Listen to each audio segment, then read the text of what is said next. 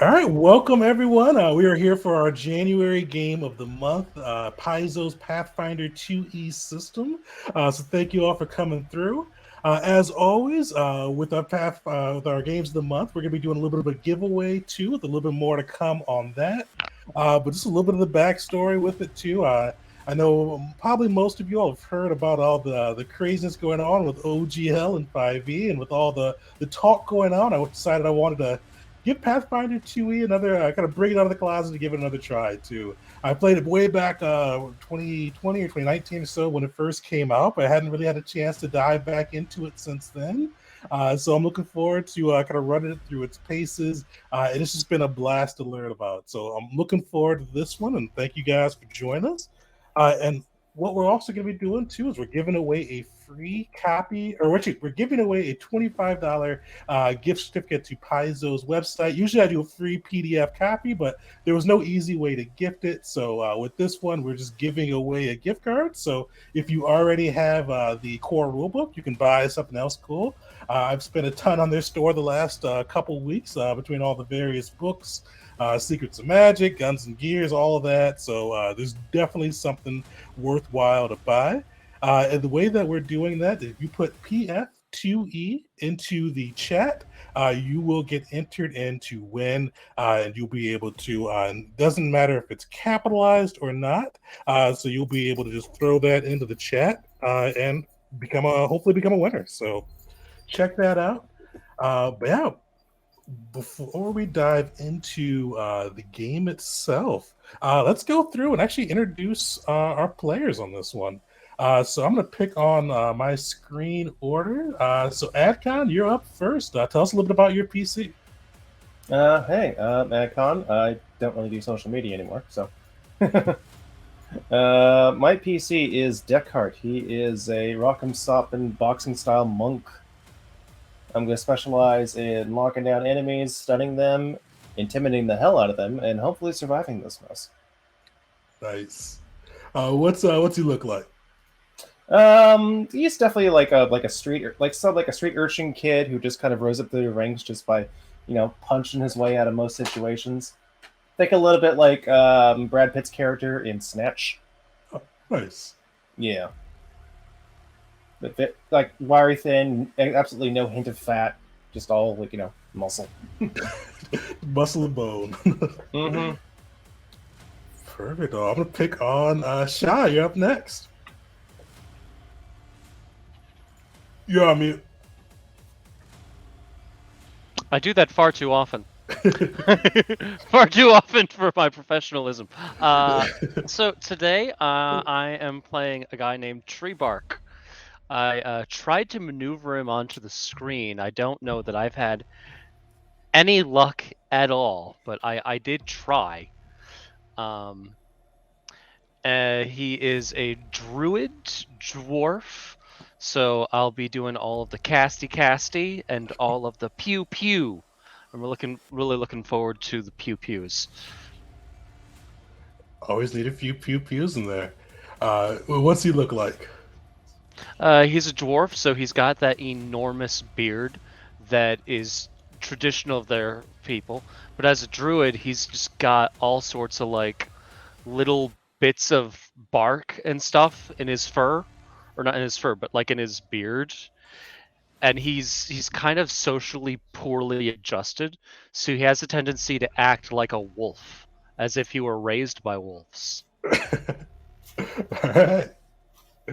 All right, Psych, you're up next. I have a cavern elf. His name is Wisp. He's a rogue background courier. And as far as looks, kind of think of the less gritty version of Kakashi from Naruto. Nice. Whereas we have the pew pews, I'm more of the stabby. We got the pews and the stabs. And last but not least, Burger.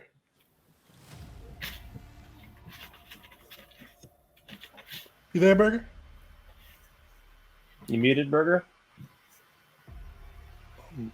Well, we'll come back to Burger, but A little bit of intro before we actually a little intro to get into the game. So we are using my homebrew world Kazuya, which is undergoing a little demon invasion. So this is kind of going along with my campaign that's wrapping up in the next month or so.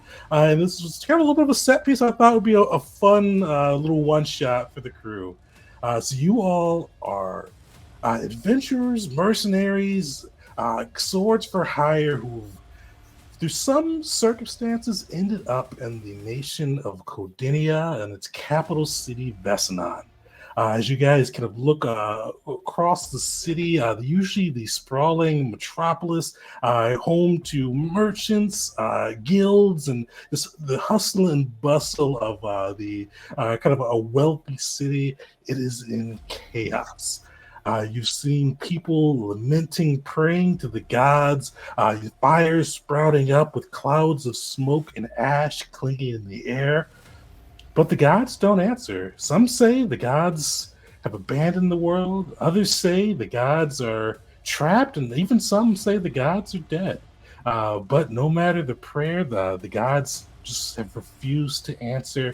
And upon this, as all this is occurring, demons have invaded Kazuya and have proved to be quite the thorn in the side of its people, with the demon lord of chaos claiming Codinia as its own and taking its seat of power in Vesinon, with the people trying to survive and push back as much as they can.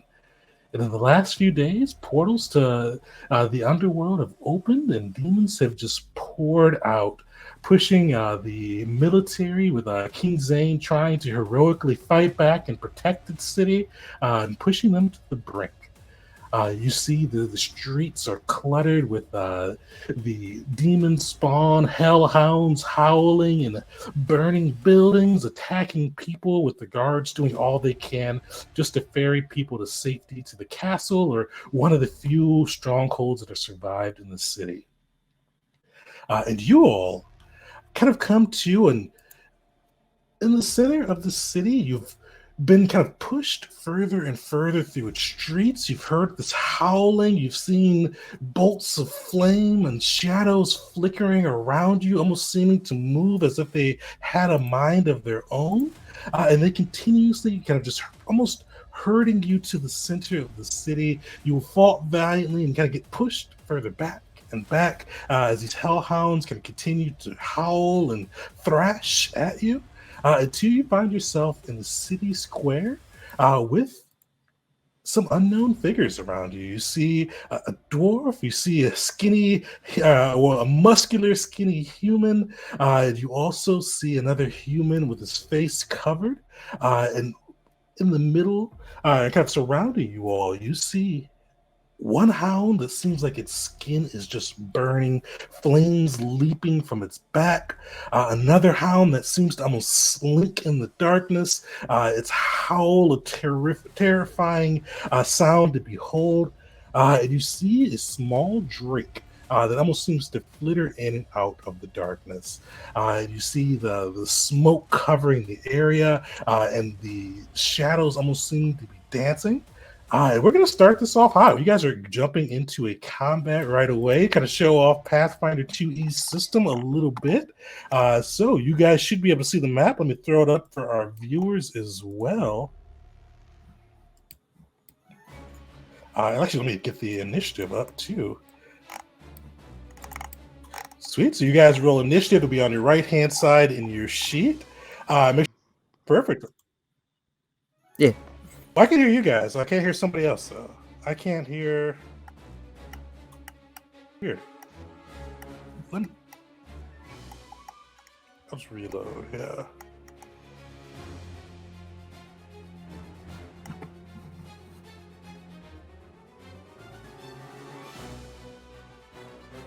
I think I'll reload.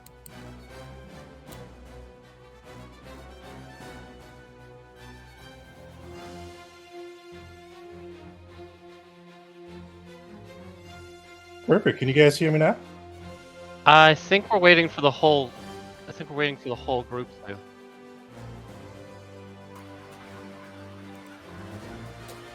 Are we all able to hear one another? I think so. That's weird. Yeah. Yeah. Okay. But yeah, what skill are we rolling for initiative this time? So perception, unless you can make a good case for something else. Oh, Hmm. I want to make a case just because I want to explore that mechanic. If you gotta think that hard, I'm not sure you got a good case. Interesting. If we be in the middle of okay. just fighting like this entire time. Okay. Yeah, I think What I about think you're right. athletics? Perception works. Yeah, athletics would be a pretty fair one. Athletics it is. No take backsies. Okay. Did they put perception in a different place than they usually did? It's alphabetical. Oh no, it's You should be It's defaulting to perception. no, it is mid-bump. actually. It's on the right column. Let's see, athletics. Oh. Make sure I click my token because it's been forever since I used Roll20. Oh, that's a nat 1. And for viewers, one of the cool things with the Pathfinder 2e system is it lets you pick what you kind of want to roll for your initiatives if you can make a good case for it or kind of how it's flowing in the narrative. Did I not roll in yet? I did not. Sweet. Is everybody in? I It I looks think like I it, rolled. yeah. I just don't see myself on the screen. I see you there. No, but I mean like in the initiative tracker. I don't see myself in there. There I am. Okay. Oh, scroll down. Yeah. You Did are I 0. roll that badly? No, I don't think you clicked your token. I threw you in with a 0 and put you in 24. Okay. Sweet. So yeah, you all see these demonic beasts roving through the streets, and the first one to move is this hellish-looking hound. You see it dash forward using one of its actions. It is going to attack, and I think that is Descartes. As you see it Go for it, running baby. forward, its jaws just yipping out. It is going to try to clamp down on you. Alrighty. All right. So I think that will hit. Unless you have anything to do to modify it. 24 does. No, 24 All hits. Yes. Real fun. You Whatever. see him running forward, latches onto you, just sinks into your flesh for 12 damage total. But he's also going to use his last action for his sinister bite. So make a will save for me. Sure.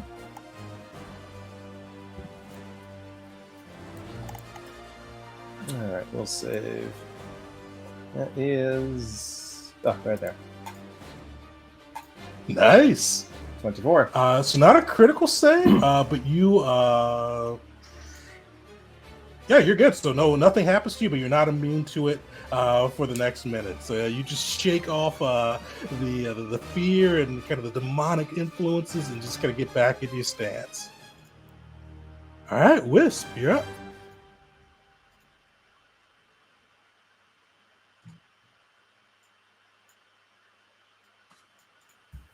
Oh, that's a demon. Yeah.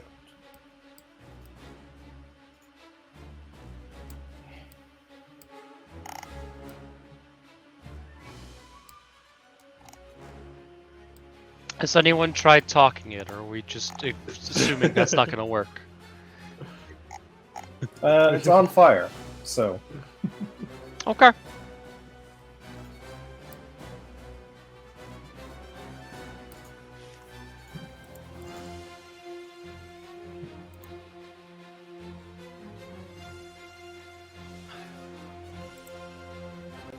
Nice. Cool thing with Pathfinder 2e is not every monster has the attack of opportunity ability, so you get off scot-free.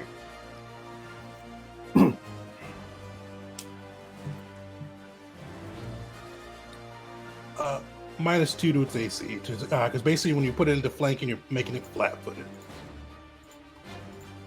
Hmm.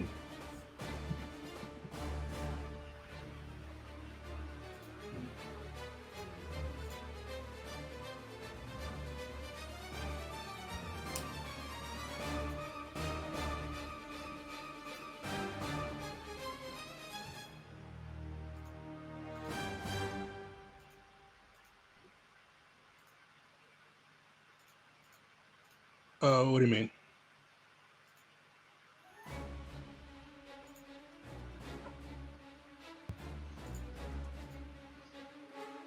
Unless you have the striking augment for your weapon, it's just going to be the Yeah. level amount. So I just think it'd just be a +1 here, probably hitting damage.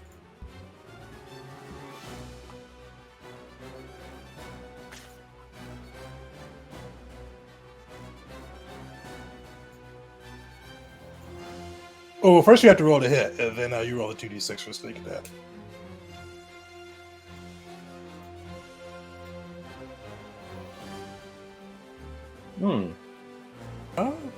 Yeah, I'm not. Did you click on sneak attack? Yeah, did you flag it up?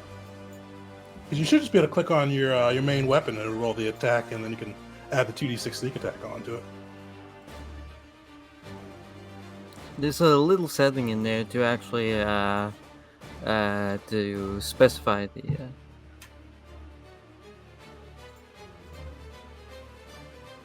That might. Okay, you're level 5, so your sneak attack is 2d6. Could you- Let's see.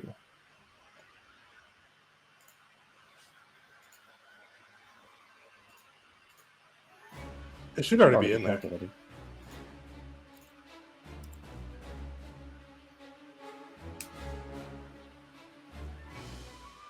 Let's see. Sneak attack, a flourish? Nice. That will Ooh. definitely hit. Yeah, and that will, with it being, even without it being flat-footed, that will crit too. So you get some extra damage on it. So you get the 24. I'm not sure if that had your sneak attack in there already, but add another 2d6 there.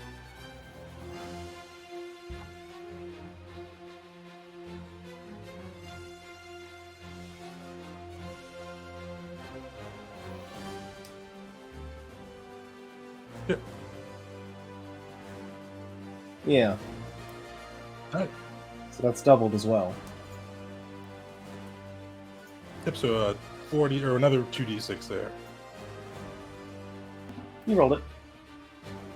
Oh no, you don't Oh, do you times it, yeah, you don't times double it the too, damage yeah. die. So it's 20 Yeah. for that one. Yeah, you Nice. So how does that look? It's looking pretty rough. Definitely bloodied now from that on. So how does that attack look?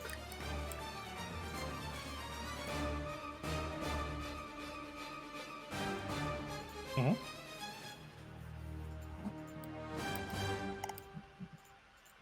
obviously your second attack. It should be minus what was it? For the agile, yeah. Let's see.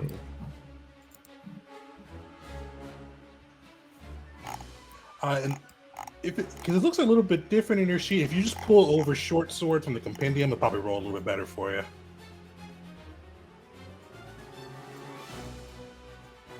Nice. Finish it.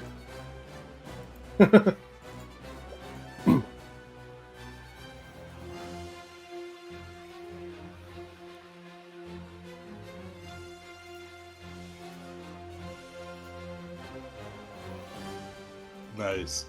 So you see the hound just split open in two. Its kind of guts initially pouring out into the streets before you see it begin to just cackle with a little bit of like a fiery, dark energy, and its body fade into the dust. All right, Tree Bark, you are up. I'm not. Is this how life is usually here? Are we usually dealing with demons? I'm gonna aim at this dude over here that I'm pointing at. He's on fire, and I'm gonna hit him with the. Actually, can I? Ooh. I am going to move my John over one square, All right. and then I'm gonna cast a spell that affects both of them. The cantrip Electric Arc. Nice. Are they 30 feet with each other? I was just using the Oh, they snap are. center. You're right. Yeah. Yeah, I was actually thinking these two, Okay, that works. but Yeah, I was going to attack those two with electric arc, and let's see. I already hit the thing, so let's see. Oof. Let me see. That was a 14 to hit, and I don't know if I need to roll against the next guy or not, but I think it's just the one roll, if I remember right, for that spell. Unfortunately, that will miss both of them. You that's- see the little imp dodge the lightning, and the hellhound just absorb it into its fiery flesh. that's not. You're not allowed to do that. That would have been electric. Oh, actually, electric arc is actually a saving throw. Oh, is it? It's a reflex Okay, save. let Yeah. me play with this just a moment. Reflex slave, and that should have been a 21 DC then. 21 DC, alright. Yeah, from both critters. So I'll just turn off the attack thing there. So he will fail that, but not critically. Thank you for the rules correction. I appreciate it. In this instance, where it hurt my enemies. Fair warning, I do for both sides. Did you pull that from the compendium? I thought they would usually correct that for it. No, I actually grabbed it from Archives No, of I meant Memphis. for Shy. What? The spell? What about the spell? Did you pull it from the compendium? I didn't check this. I didn't check, but I'm pretty sure it'd be a core rulebook spell. Okay. Oh no, I was just thinking because usually I'm not sure if they put it in wrong or what. I wasn't sure if you customized it or. What. Oh, I didn't see anything like that in the system. I've been doing a lot of copying and pasting from the Path Builder. Oh, one. Yeah, there wasn't anything in the compendium for me. Oh, okay. Anyway. All right. So, perfect. The imp will save. Not enough for critical success. So just a single success, and the hellhound will fail. So what's the penalties for that? It's just the damage. I think would have just been because I rolled. Did you just roll? It didn't roll damage, Lord. yeah. Also, you're level 5 spellcaster, so that spell should be heightened, so it should be 2d4 plus your spellcasting ability modifier for damage. 2d4 plus my spell. Because you're level 5, so the spell's automatically heightened. Right, but wouldn't it be heightened level 3? So wouldn't it be 3d4 plus? I don't think so, no. I built a couple spellcasters. Okay. Well, in any case, let's see if that does it this time. Right. Okay. 11 damage. I will.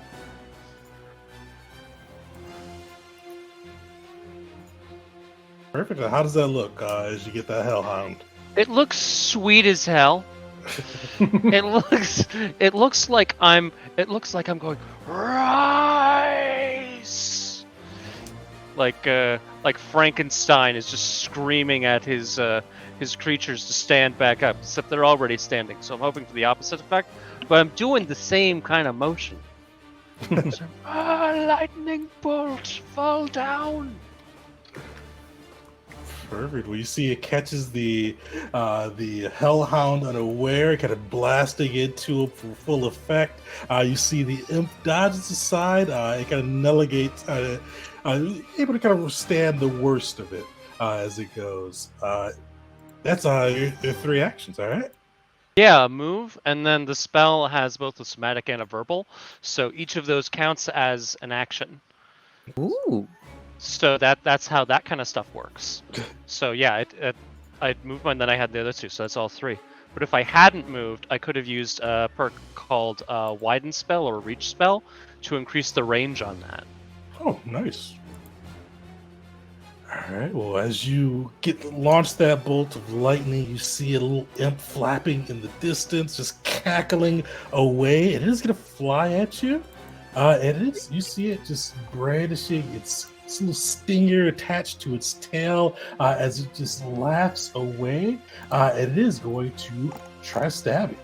That is not in the spirit of the holiday, of the OGL holiday.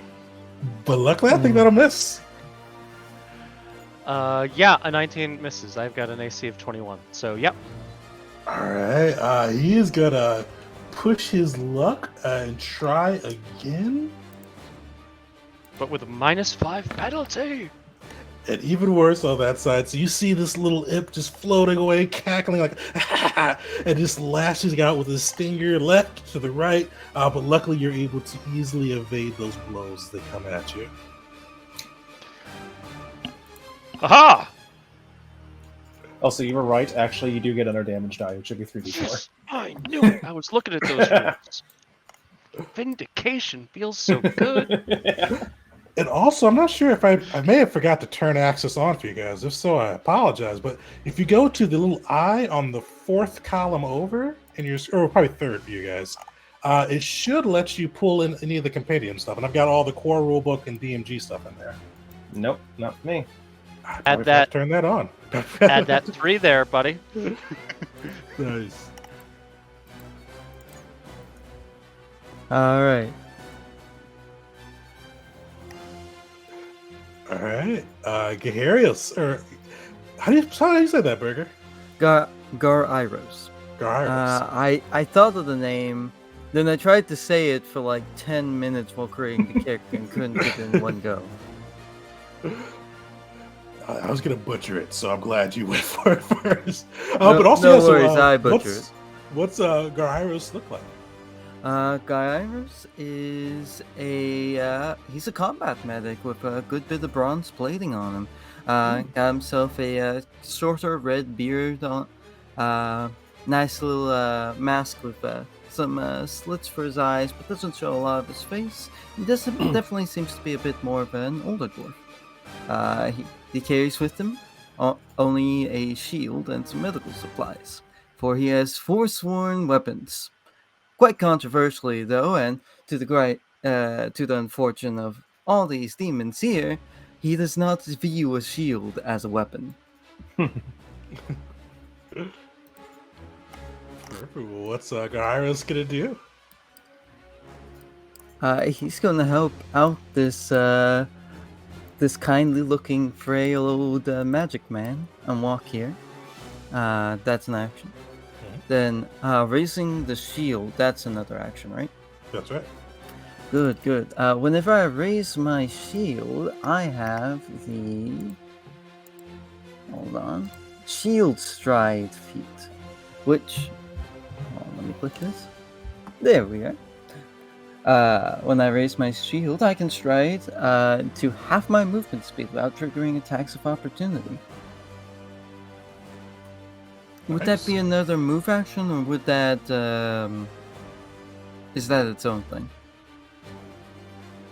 I think that's its own thing. So you'd be able to, half your speed for the stride would be kind of part of that shield raising feat.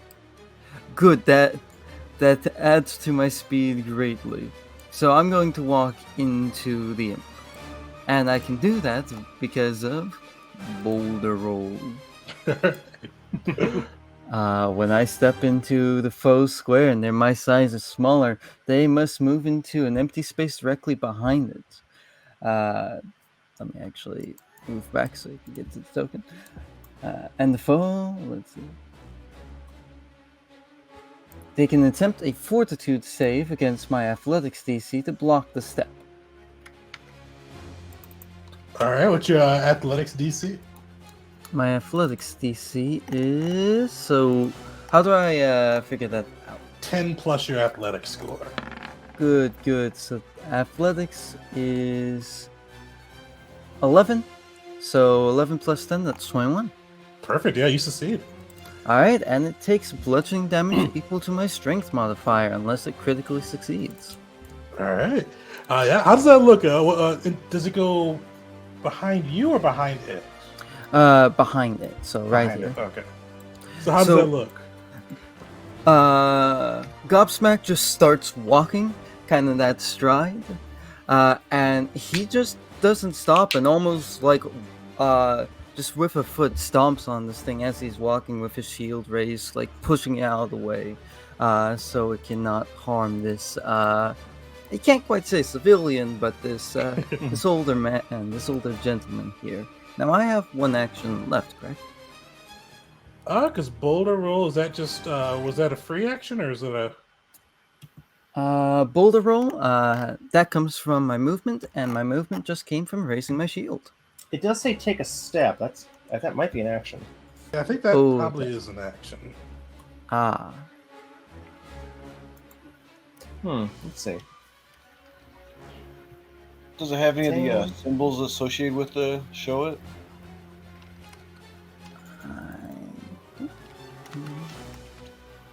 Oh, let's see. Boulder roll is 2 actions. Oh, so unfortunately, I cannot do that. You could have raised. Let's see. You move. What's half of 25? That's your speed, right? My speed is 20. Oh, Okay, nice. so So then you 10. only could have been like 10. 5, Okay. 10. Yeah, you only could have gotten there. Okay. So fortunately, you'd be able to get the boulder roll, but you'd still have an action up to attack if you want to. Yes, I will. And for his quote-unquote weapon, though he doesn't see it that way, he's got a bossed shield. All right. That will hit. Alright, and the damage. Nice. So you smash into him. He's looking pretty hurt. You see the hips kind of like flying, bits of blood and gore kind of falling to the ground as you bash into him with the shield. Alright. That'll be Alright. the turn. Descartes, you are up. Yep. All right. Now that this weird little critter taking a bite of me is taken care of, he's going to take his hand wraps and just tighten them. Crack a snack, and he is going to run over to this critter over here. Ugly one, ain't ya? And he is just going to start pummeling this thing with his fists. Nice. So, 1 action to move. Next action to do the first hit. 26. Perfect. That'll hit. Heck yeah. So 15 damage. Nice. It is looking bloodied up. How's that hit look?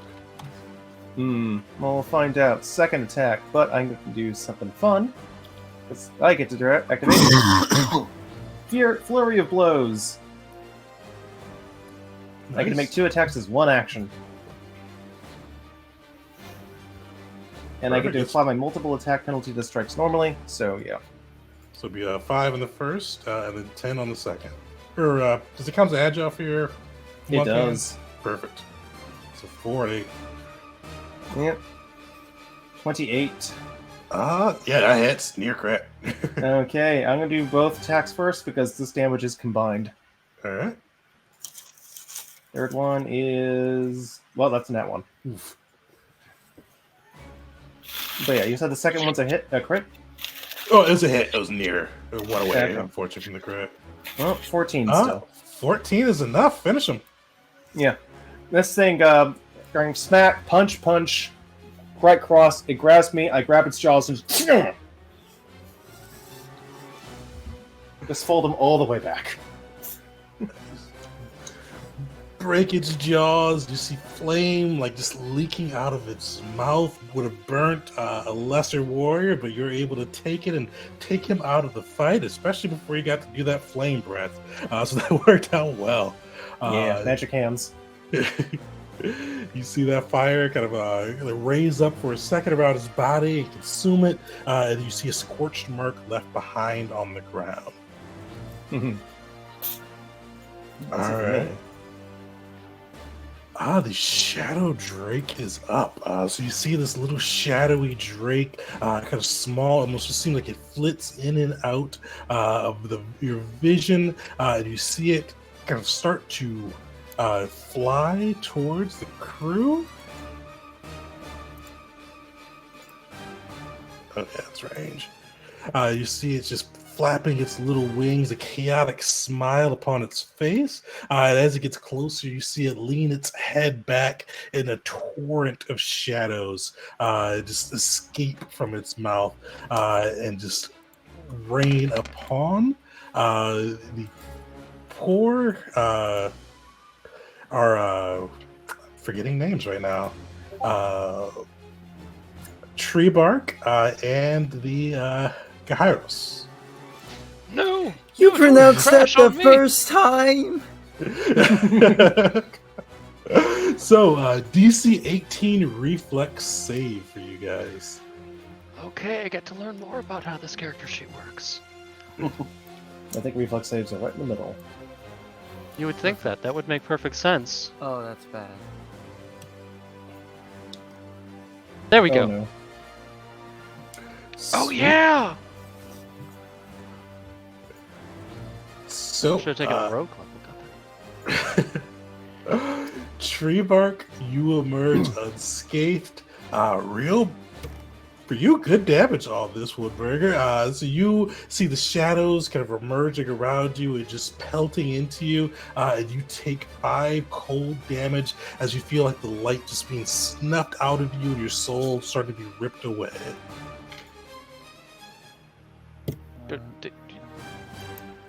His soul! Somebody get it! We need a man of God! Or a woman of God! Or non-binary of God! Someone of God! You're gonna have to pick a god first. Wisp, you are up. All right, I will maneuver behind the imp here and take a stab at him. Stab away.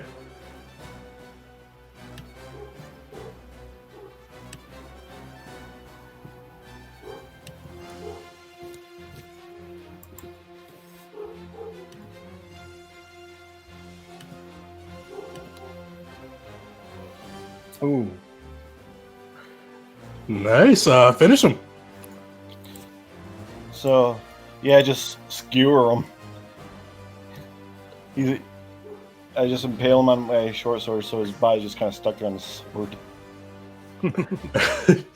You impale the little imp. You see it just like it's still smiling and chuckling as you see it again bleed its last its infernal blood. You see kind of a little spark and fizzle as it fades away, still leaving a ring of just dark purplish blood upon your knife. All right. Anything else you can do? So I can move again then, right? Since I did a move and attack, I can do a move again. Mm-hmm. Yep, you get to a nice one with Pathfinder. You got the 3 actions. You can pretty much spin them any way you want to. All right, I will move behind the imp here and call it done. All right. Tree Bark, you're up. Tree Bark is first. He will spend his first action stomping on the dead, somehow still cackling imp, going, "That's not right! That's not right! That's not right! Stop! Stop!" And once you Well, he's realize still stuck on my it is- sword, so I don't know if you can stomp on him when he's on my sword. I assume that there are parts of them that traveled and parts that didn't. Oh, okay, fair enough. And I'm stomping on the parts that didn't for the move action. And then I'm going to spend a somatic and a verbal component to once again cast that spell I did just a little while ago, or instead one that's just like it. And we're going to see if these things have fire resistance with a little produce flame. All right. That's a 29 to hit. That Does that definitely hit? hits. Let me see the AC real quick then. Yeah, that crits. Yes! Well, I got a little critical icon there glowing, so I was hoping that it would do 15 damage and then another 20 damage! Or it's the 10 times, so yeah, I think that, yeah, that's 25. 35. That's 35. Oh, I think they doubled it for you. And 3d4 persistent damage. Oh, persistent, yeah. Unfortunately, this won't matter. Finish the little Shadow Drake. So if it... Oh, it's never mind. It's dead now. I thought you were like, it doesn't matter because it's resistant to fire! That's just mean. Oh, no, yeah, but it doesn't matter. It's dead. I'm not... Yeah, it's not resistant to fire, so you're good to go. Oh, actually, hold on. Resistant to living. Its weakness is fire, so it's... It's very, very dead. So how do you kill this thing epically?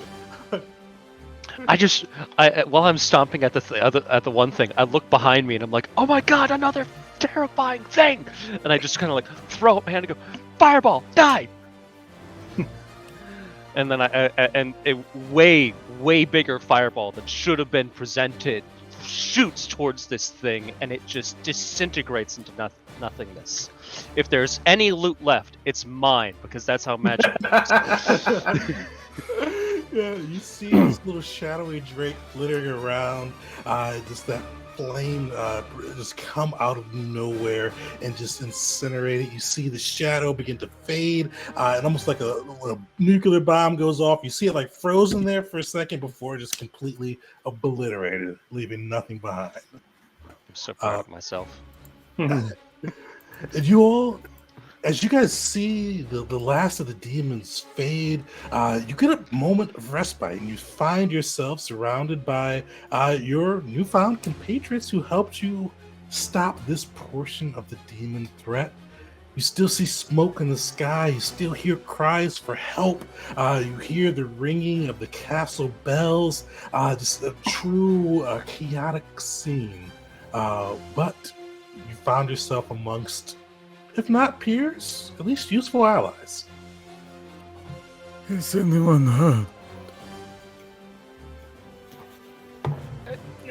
Not much. I think there's a guy standing next to me who got hit by a thing. That's me. Oh, you got hit by a thing. That is That's what I... Yes. Well, then I'm still right, because you are a guy. And you're next to me. You're hurt. Autumn, help yourself. Self-care, my friend. He just kind of dusts off his shoulder. I will live. But these people, they need our aid. Or else they will not.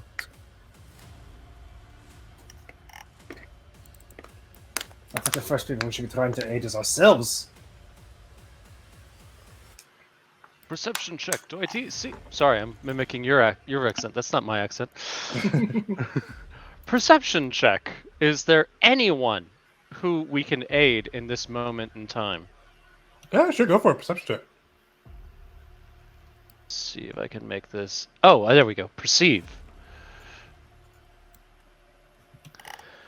So you look around, and even with kind of a middling check on that side, you see the city is in chaos. There's people both wounded and kind of staggering around. But one of the things that catches your eye immediately is this. What looks to be he looks armed. You see he's got a spear in his hand, but he is using that spear as almost like a walking stick. He has these bright white robes on, or formerly bright white robes. You see pieces of the robe still look to have that shine and gleam. He wears a symbol of kind of a little starburst on his chest. But he is bleeding heavily, blood staining that pure white cloak. He's using that spear as like a little stepping thing as he just kind of steps away with a little bit of a glassy look in his eye. Could I do a city lore check to see if I know who he is? Yeah, city lore work. Yeah, go for it. My medicine check will wait until we know who he is. Yeah, you see That's him. how. Oh, go ahead. No, I was just gonna say that's how healthcare works. We need to ID you and Oh. check your insurance before we can help, and that's what he's doing. Of course. You You gotta gotta make sure you can pay. You gotta make sure you can pay. God of commerce, I see. How much registration here? lately, God. It's a process. But yeah, you see him kind of looking through, and you see like he looks fairly different than you probably ever seen or even heard of him. But this is Veru. He is one of the priests of one of the local churches for the goddess of light and the god of life, the Ascari Church in my homebrew setting. And he is bloodied up, his usually dazzling white cloak, just cindered, burned, bloodied, tattered. He just seems to be just scraping along versus his usual more regal, high socialite type walk. Ah, he looks like he can afford medical assistance, and I would like to make a medicine check on him. Oh, God. That's Nice. that's 20. So that's a Yeah. critical success. Yeah. So yeah. So how are you? What do you? What's How does your guy approach this? Treebeard. This tree bark would walk over to Treebark. this guy and sniff his wounds.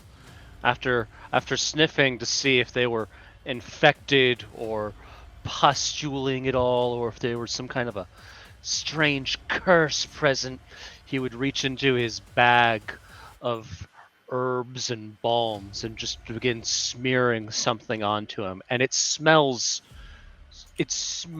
very strong. It's very pungent, but it's not like a sweaty smell. It's a very off-putting.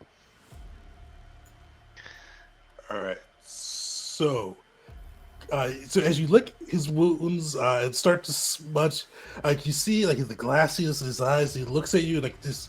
You see, like pure, like it looks like he's like not seen a person in a while. And you see him start to pull back, like almost leaning off of his spear.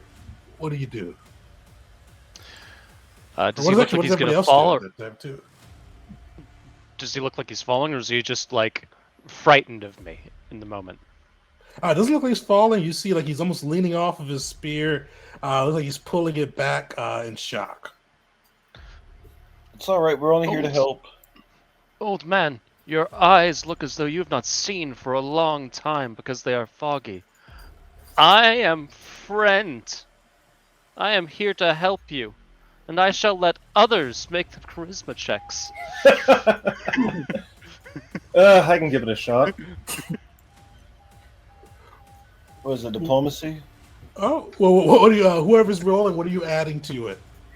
I'm just saying, we're allies to the city. We're just here to help. Yeah, so roll a diplomacy check.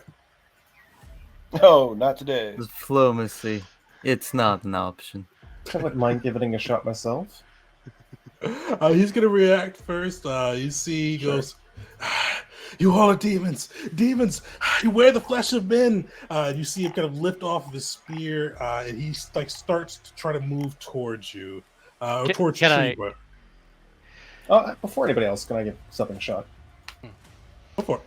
I'm gonna move up in front of him and just kind of stare him down and say, "Sit your ass down and let the dwarf heal you." And I like to try to intimidate him. Perfect. Go for it. Really? You know what? No, fuck it. Hero point. Oh, hero point. Yes, go for it. Don't forget, everybody, you have one hero point to start the session off too. So Not anymore. There we go. 28. nice. You see, for a moment, he looked like he was just gonna push past you, but he looks into your eyes, and you see him just sit, sit with his spear, kind of leaning next to him, and he just shakes his head. He goes, "All is lost. All is lost. Nothing matters." And you see, he just kind of stops resisting. He does allow you to treat him, Tree Bark. And you see, as you kind of go to take a look at him, I'll give it to you with that crit too on that one. So you see, he's got a lot of wounds, but they look kind of odd. Some of them look like knife wounds, which you'd expect, but some of them look like burns too.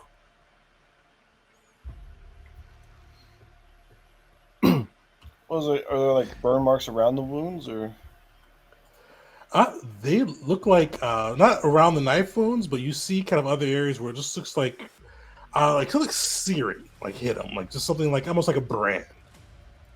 Oh, So with no mark. Okay. Does it look like the bombs are helping, or is he Oh, yeah, looking you're- like he's about to die? Oh no, yeah, you were. I should have mentioned that. Yeah, you definitely kind of stabilize him, kind of staunch the bleeding from the wounds that were bleeding out. And he's not in good health, but he's not. He's no longer kind of on death's door. Kind of tossing in his help. Gobsmack's gonna come up and bring out his medical tools, clearly show them to the man, and he's gonna start working. And I have battle medicine, which in a single attempt I can treat wounds. Ooh. Go for it. No, I don't think I will. I have assurance in medicine. I don't need to roll. I can choose to Nice. take that. And that 10 will be a 25. Perfect. Yeah, so you kind of tree bark kind of stopped him from actively dying, but you start to patch in some of the other wounds, help treat some of those burn marks, and you see kind of like the glassness of his eyes fade a little bit, and he just kind of leans back and drops the spear. And he goes, "The gods have abandoned us. What are we to do?" Have the hope that they've left us. Live up to the light that once shone to them. And give these demons hell. You see him shake his head. He goes, "I abandoned my flock. I stayed behind in the city when the rest of my brothers fled to protect the people. But when the demons came and took our church, I left. I left them behind." Then let's go fucking back.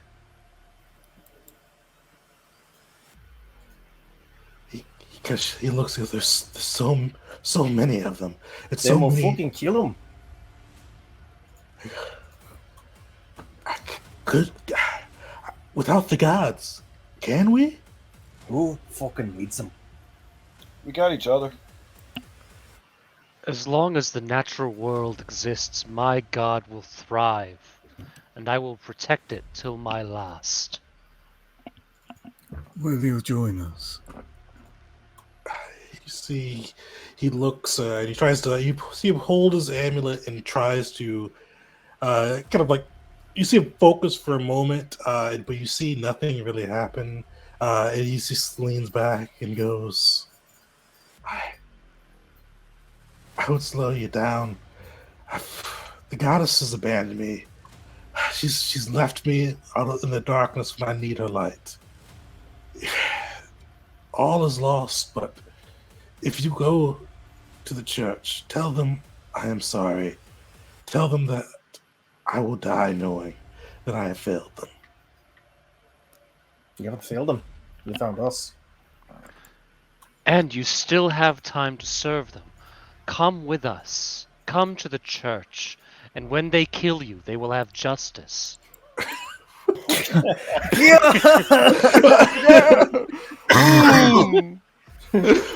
Brutally honest. Wow. Well, Nature, I guess.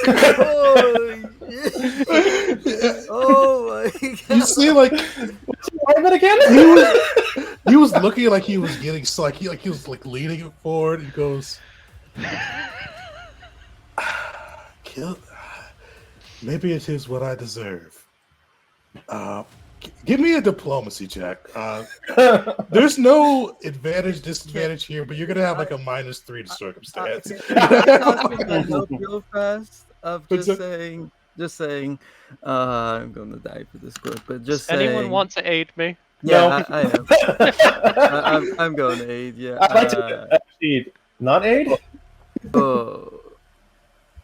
So This is gonna be stupid, and I always resolve to use hero points for dumb things. We're gonna try that again.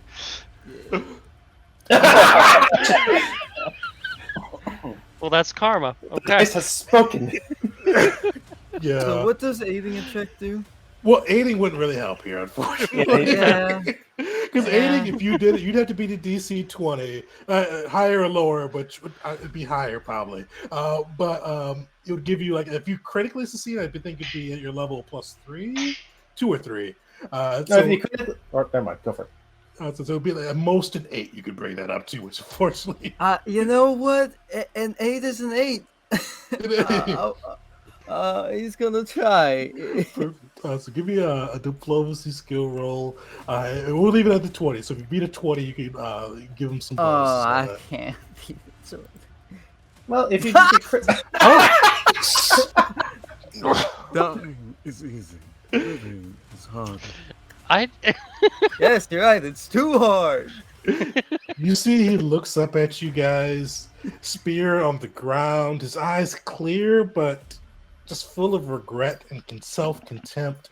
And he goes, I could not bear to see their faces again. I abandoned them in their hour of need.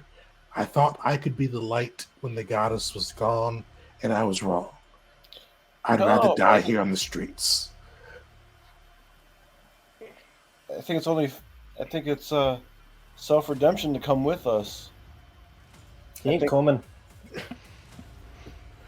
I think your goddess would look favorable on you if you did come with us. She's dead or gone. Right, I said that. Unfortunately, all that's left for us now is to submit or die. You spend your last hours as you will. I think I will just sit here. Oi, it's a church. You see him kind of point to the southeast in the religious district. Unfortunately, there are many faithful still within. Forgive me, this is And gentlemen, that's why I'm agnostic. Gobsmack's gonna look at him. Forgive me. This is not the first time this church has burned. Not the first time your faith has been tested. He looks at you quizzically and goes, the Church of the Goddess has never fallen before. There was one of our smaller satellites within the city that was burned down by a green ogre, we heard, but not the Holy Church. Yeah, I heard about that butthole. Did they ever catch him? Afraid not.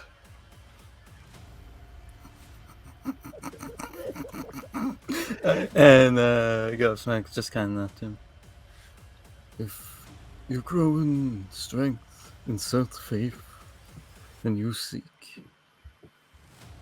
redemption or death, join us. Until then, And he'll kind of leave just a bit of medicine for him as flavor. fight on. You see, he takes the medicine, but you see him still just sitting there and kind of just as you kind of walk away. You see him just staring at the medicine, staring at his spear. It just almost like he's just lost and not sure what to do next. Can I try to pickpocket that medicine, because I think that medicine would be used for someone who's actually trying to fight. Well, it's like flavor. Okay. Despite my diplomacy, medicine worked. I did a Oh, dynamite no, you did a medicine great check. job. Yeah, He's alive. Yeah. Between that stopping, because he was pretty much dying at that point. That stopping it, and then with Burgers Harris, you guys got him back to pretty decent health. But yeah, he's sitting there despondently now.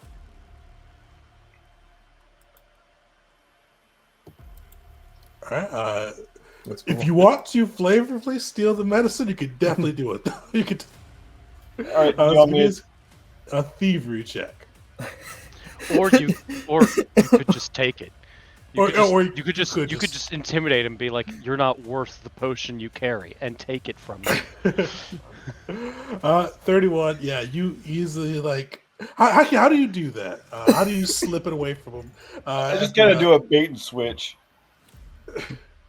I don't know, find like some kind of placebo or something to swap it when he's not paying attention. Sugar pills. Yeah, so you pluck some leaves from the little the shrubbery by the where you fought the hellhound. You replace it with the medicinal herbs that were heroes put down as he was staring at his spear, as the clergy was staring at his spear. And he looks back to the medicine as you walk away, or the fake medicine as you walk away. That's hilarious. I'm probably milking this moment a little bit, but the bodies that are there, not Not the man that I've terrified. The normal bodies. Could I do like a nature check to see if like they have anything useful I could take off their bodies? Like maybe they have poison sacs or something I could try and snag and use later somehow. Like the people's bodies? No, the hellhound and the drake and the. Oh, yeah. Fortunately, those guys all like their bodies like burned or dissolved when Okay. they died. Yeah.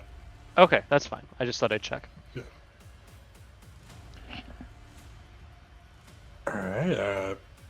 Are you guys picking on the clergy anymore, or anything else you want to do before you start to head out to the church district? I'm heading out of there. Yeah. Sweet. I'll pause here real quick. So for anybody that just joined the stream, if you haven't yet, throw PF2E into the chat for your chance to win a $25 gift certificate to the Paizo store. I forgot to update my little thingy. Paizo doesn't have a really good way to gift a core rulebook, so I'm just gonna do a gift certificate. So if you win, you'll get $25. You can spend it to the core rulebook, which if you don't have it, highly recommend it. But otherwise, there's a ton of different books in there that you could buy.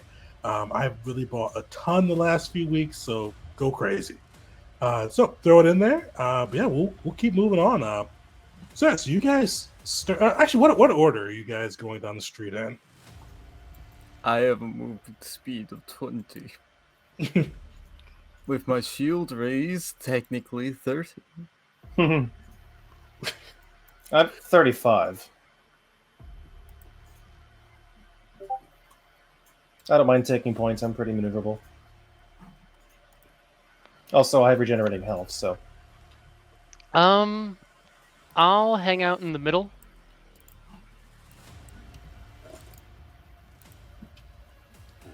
Is I it want to really be in in the the middle, front. or is I it don't going want to to be be in like the back. 2 and 2? Hmm. 2 and 2 is not bad. Yeah. All right. Yeah. I'll take position 3.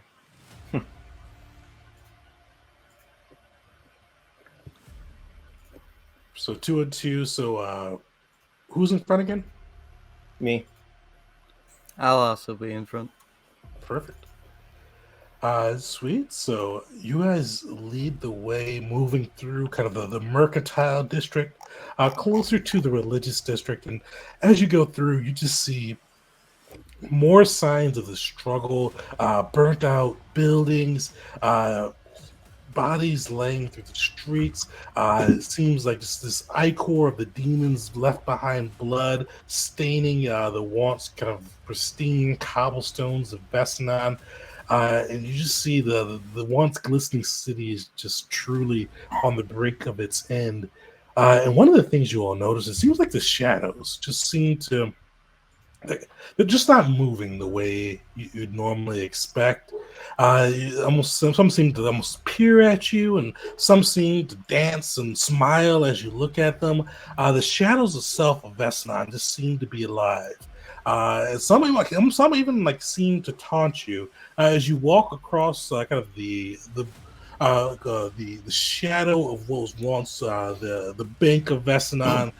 You see the shadows almost take a human face or humanoid face and just smile, and you hear just a faint chuckle, just kind of echoing out through the air. Raise That was shield. ominous.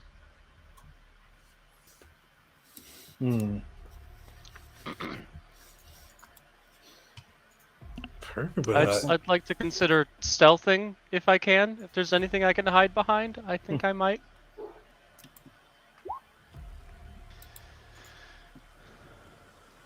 perfect. Are you guys kind of stealthing forward? Yeah, Sure. probably a good idea. All right, everybody, give me a stealth check. Oh, also, GM, how much time has it been? Since you guys left, probably about 5 minutes or so. Okay, that means I get 5 HP back. Actually, I have assurance for stealth, so it's just an automatic 23. Nice. 26 for me. Sweet. So I you have all, 11.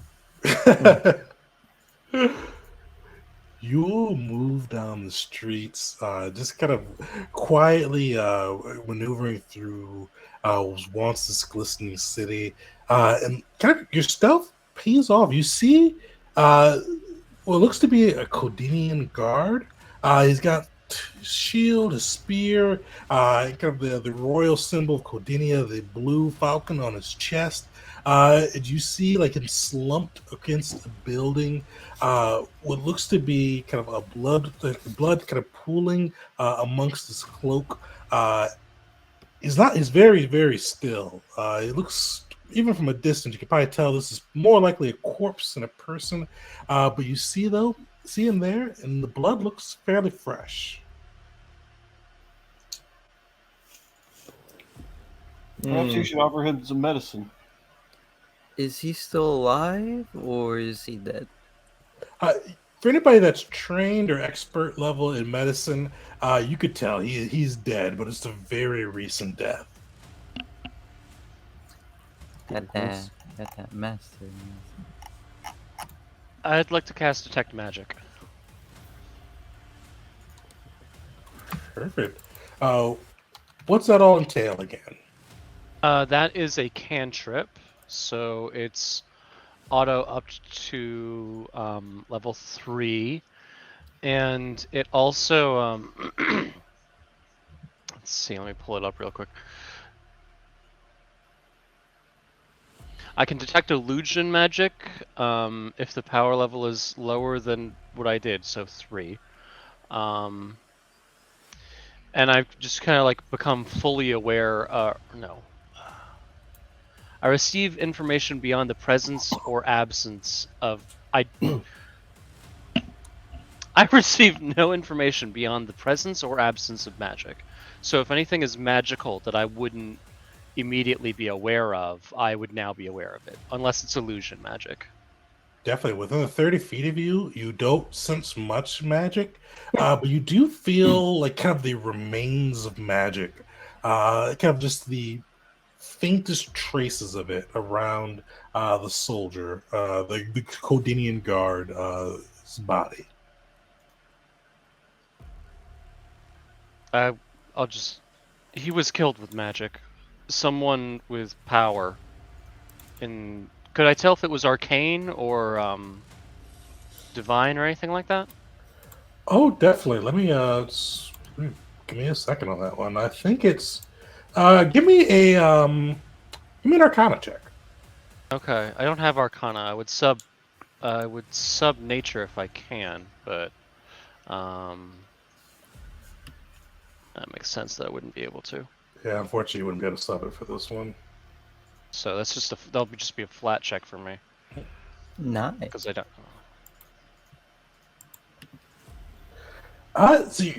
It's kind of just with the body, kind of the wounds not old, but enough time has passed that it's just difficult for you to kind of pull together what caused this. At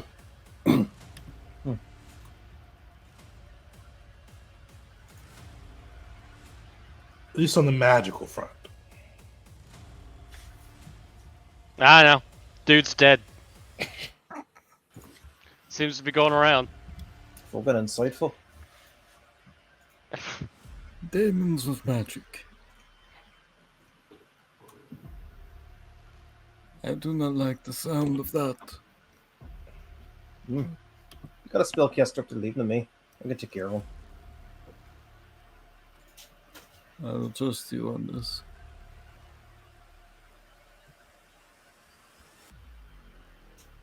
Sweet. Are you guys trucking along, or what are you all thinking? Has there been anything useful on him? Let's get going. No. So Gobsmack's gonna put 2 coins over his eyes. What about right? Head turned to the rogue. That's a perfectly good coin. Leave it. Yep. Close his eyes. You put the 2 coins on them. And nothing reacts. You've got to feel a sense of your own inner peace, laying to rest. But the body doesn't change. and you see he's kind of been just set to rights.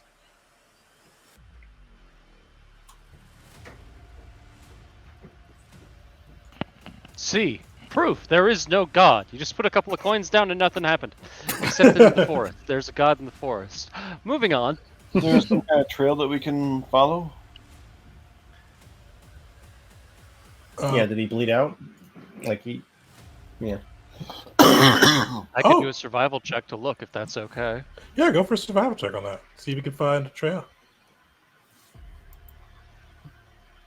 Yeah, you do find a trail. You see kind of just splatterings of blood, kind of mixed with his own heavy, like chainmail steps for his feet.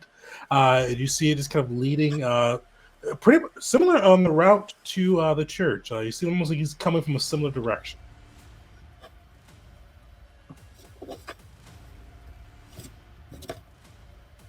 Let's go check out the church, folks. Mm-hmm. Someone less squishy. Walk in front of me, please. Deacon, I'm trying to remember. So, to our knowledge, all of the gods are gone, right? For you guys' knowledge, the gods are dead, gone, trapped, whatever adjective you want to put in there, whether or not they're able to help. God, in that case, I'll keep that thought to me until after the stream, because the characters would absolutely not know this, but I just thought something hilarious. We'll make sure to remember that. And for those who just joined the stream too, this is based off of my homebrew campaign. Both Burger and Psych are a part of that one for the Kazuya side, so they definitely have a little bit of insight into both the city as well as some of the goings on with the gods and the demons. But yes, you all are able to. Actually, well, I'm doing that too. And also, shout out to if you just joined, throw PF2E into the chat for your chance to win a $25 gift card to Paizo. They're a great company. Everything I've seen from them has been like super high quality. So go support them. And let's get back into it. So you guys proceed through keeping your same marching order, I guess. Yeah. If you don't mind, I'd like to lag back just for a little bit to make sure we're not being followed. Oh, sure. Yeah. So how far back are you lagging? Basically, I'm just going back to take those coins out of the eyes. Jesus. How knew much it would happen. space would Wisp give to do that? What's that? How much? How far would he let the party get ahead before he goes back and steals them? Passive 60 perception feet. as Is he also say is he blatant or is he like, oh, I'll hang back a bit or? No, I just I'm just I'll catch up to you guys. I'm just gonna make sure we're not followed. All right. Give me a perception check for the follow, and also depending on how much you care about them noticing, a thievery check.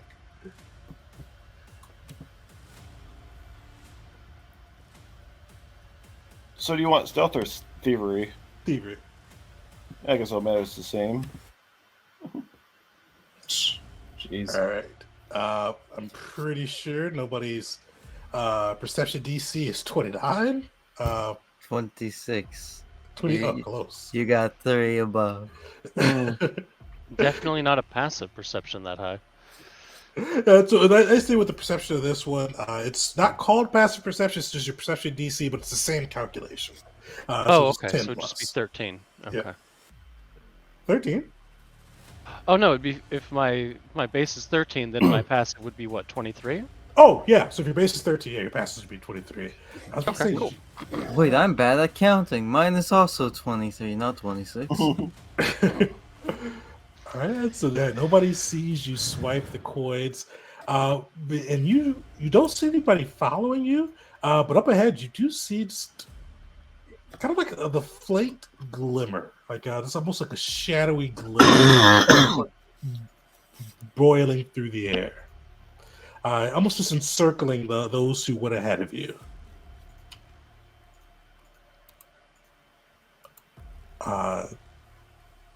What's that? That sounds that doesn't. That's It's not good. turn order popping up. Uh-oh.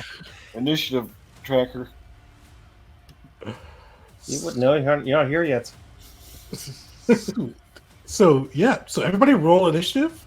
We've been It's actually all stealthy, so Blade once you go through. So yeah, so if you guys want to use stealth for your initiative, heck feel yeah. free to go ahead. Do we just Remember put to our click on your tokens back token out? too. What's that? Do we just put our tokens back out onto the map? Yeah.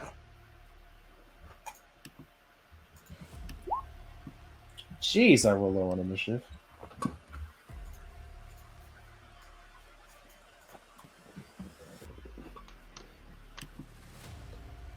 All It was a right. 5. I'm not used to thinking of 18 as low. Remember, you got to click on your token before you start rolling initiative. Yeah. Oh, god dang it. So you guys click add, right click and then click add token. We can't. Remember, we're not GMs. Oh, can only GMs do that? Only GMs can do that. Oh, I don't play on the other side of the screen enough. Yeah, players don't get right-click abilities.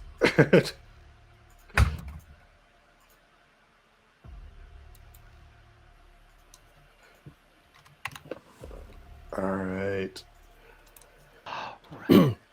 So you guys, as you're walking, see Wisp, you see kind of like around them, you see just a deep shadow form, almost like encircling them within. And you're fortunate, do you agree that I had a little bit of a little selfishness? You stood back and took those coins, separating you from the group, but you see the other PCs surrounded by this just deep, dark shadow, impenetrable darkness within. And everybody within the darkness, so everybody outside of Wisp, roll me a will save.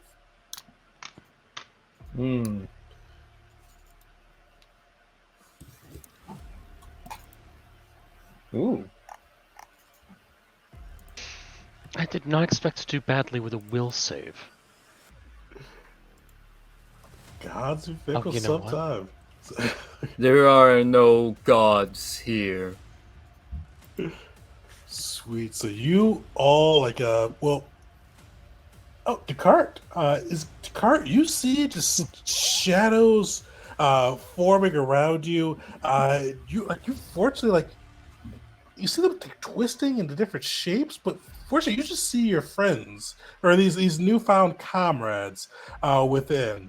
But Treebark, Gaharis, you see the shadows engulf you. Everything go into pure, just extreme darkness. You feel your stomach lurch. When you look up, you see yourself surrounded by two demons. What'd you guys step into? Does that change when I realized my check wasn't, that I was an expert in the check that I forgot to roll in? So what do you have on it now? So if it was a 27 before, it should have been, or if it was a 17 before, it should have been a 26. That's a significant difference right there. Is it? Right? It's a +9. We'll get Because into I it, wasn't listed as expert in it at the time, so it didn't give me my proficiency. So Treebark's a little dim-witted for a second and sees the darkness for a floor, a demon flicker, but kind of shakes his head and he sees his friends. But fortunately, I was struck with ineptitude for a moment. Seems to have passed. So Treebark, yeah, you see the shadows around you. You see shadows flexing and moving within the mist. You see, I'm just outside of the immediate area with your two comrades next to you. You see just pure darkness. What do you do? I'm going to start by casting Produce Flame. I'm not going to throw it at anyone yet. I just want to start with casting it, so I can create light and then get a better and see if that has any effect on the darkness surrounding me. All right. So, and how does he kind of? How do you think Treebark usually goes about calling upon his powers? What is the? somatic components, verbal components, ball. Not more, not his components. But where do you think his power comes from? How does he kind of reach into his magic? Oh, I mean, it's deeply connected to his to nature. So he would reach inside of himself with his wisdom magic and start to call this out into the very reality around him. And so it would almost might even almost be like a little spark from his fingertips, and suddenly a ball of flame is created. But he's just kind of like holding it to use it as a source of light for a moment. All right, give me a nature check. Okay.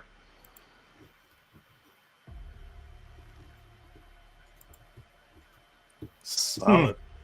You feel as you kind of expand this ball of flame, it feels like the shadows are almost fighting against you, trying to snuff it out. But fortunately, you're able to get it lit. You're able to see your compatriots next to you more clearly.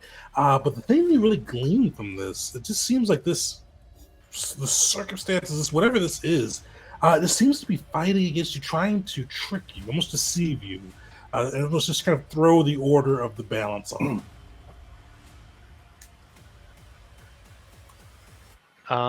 Well, that's two actions. I don't really know what to do with a third, so unless I see a target, I would just kind of like, I guess I would just hold. Well, remember with Pathfinder 2E, you've got a lot of actions you can take to learn more things too. So, well, okay, so the nature check wasn't particularly helpful.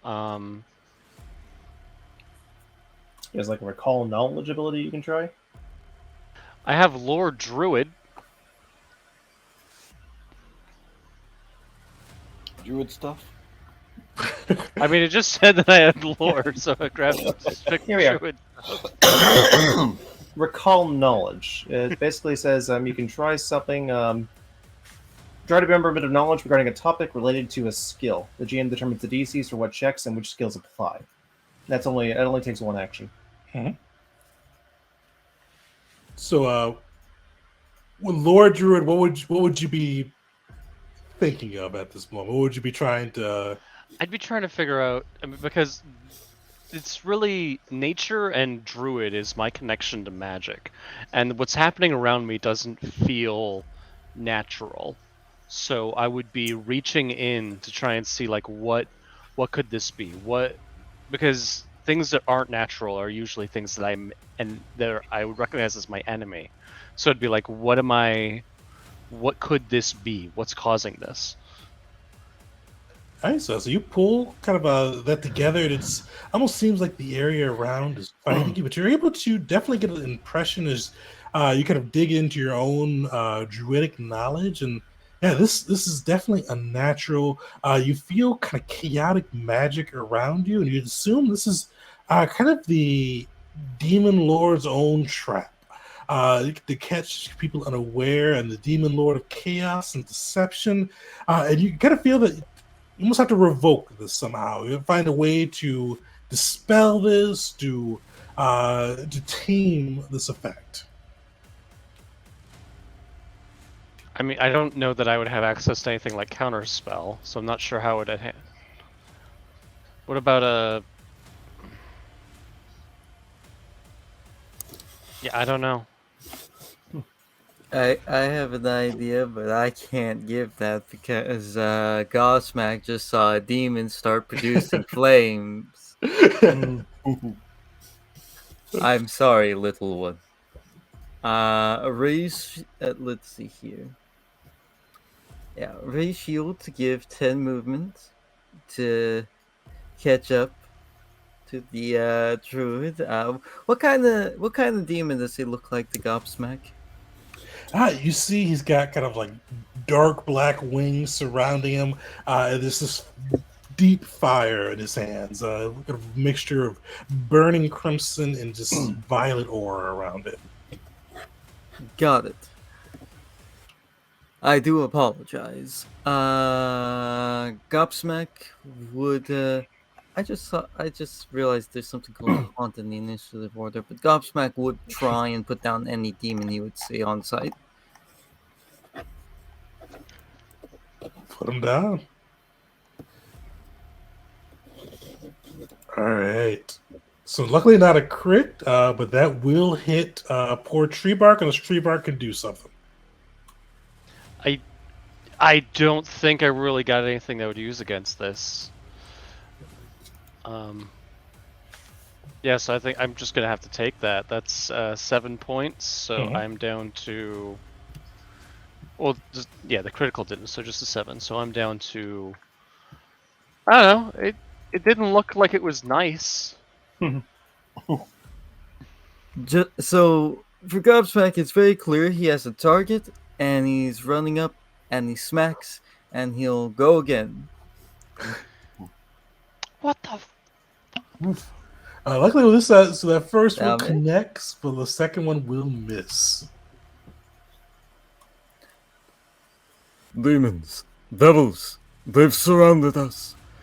We must attack. We must not be routed back. Perfect. And Gaharos, give me a will save. 14. Those demons are still out to get you. You see them sharpening, kind of just gnashing their fangs. The one is burning that fire ever closer to you. I'm gonna die. So the three within the shadows, you see knives begin to form out of just pure shadowy essence. Give me a reflex save.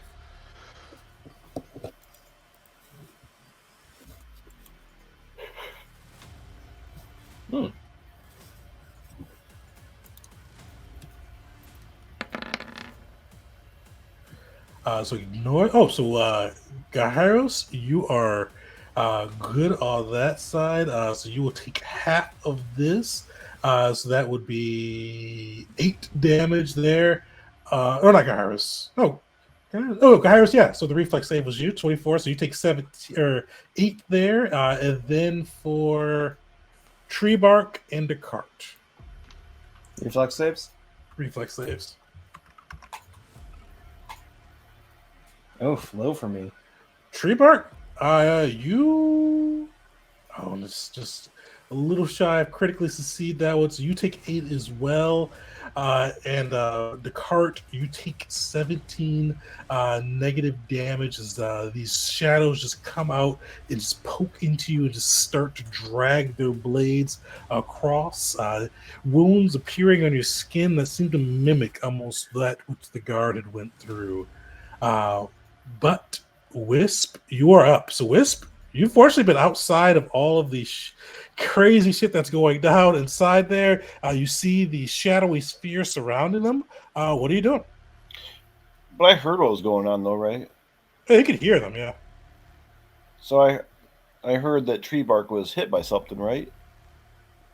Yeah, you probably heard it be smacked, yeah. But smack, and also that we're surrounded and not to rout.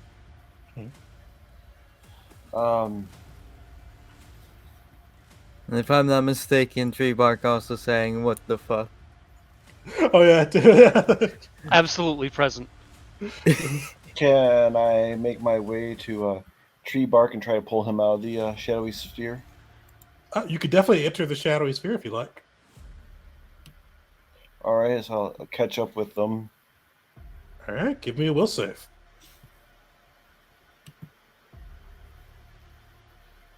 You walk through the sphere, and you see 3 demons in front of you. One bashing the other with the shield, one carrying a ball of fire, and the other just standing there menacingly.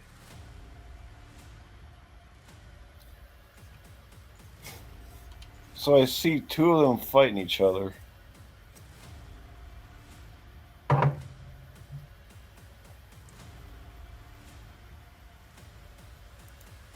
Is that uncommon in the city? The demons going after each other with the chaos. Also, with the chaos, not too unusual.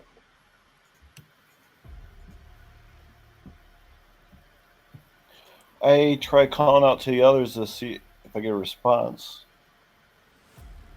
You kind of hear a buzzing as you call out, and just kind of the thundering of hooves.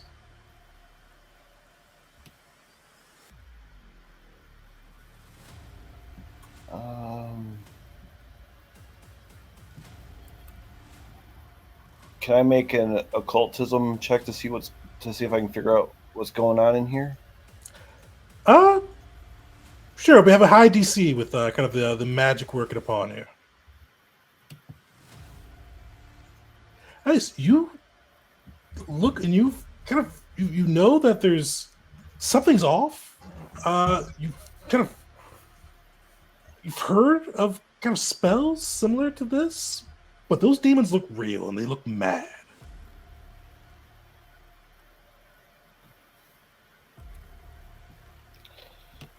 I suppose I couldn't use my third action to try a will save again, could I? Mm-hmm. I can? No, Oh, no. you can't change your turn though. Oh, it's the end of my turn. The rogue thinking we're enemies is one of the most terrifying things. Hmm. I don't know. He did just steal coins, and he doesn't have anyone to save. He Yeah. might just run. Hmm. Honestly, of the two demons fighting, which one do I think I'd have the better chance of a sneak attack on? Probably the one holding the flames that just got smacked. Oh, well, unfortunately, I don't think unless you have we only have one action. You wouldn't be able to get sneak attack off of. Well, fortunately, you would be able to get sneak attack off.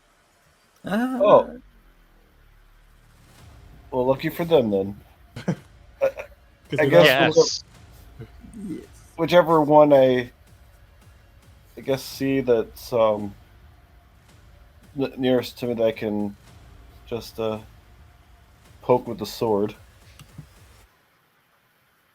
All right. We'll say who was the back of the pack? I think that unfortunately is Tree Bark. So that'd be Tree Bark.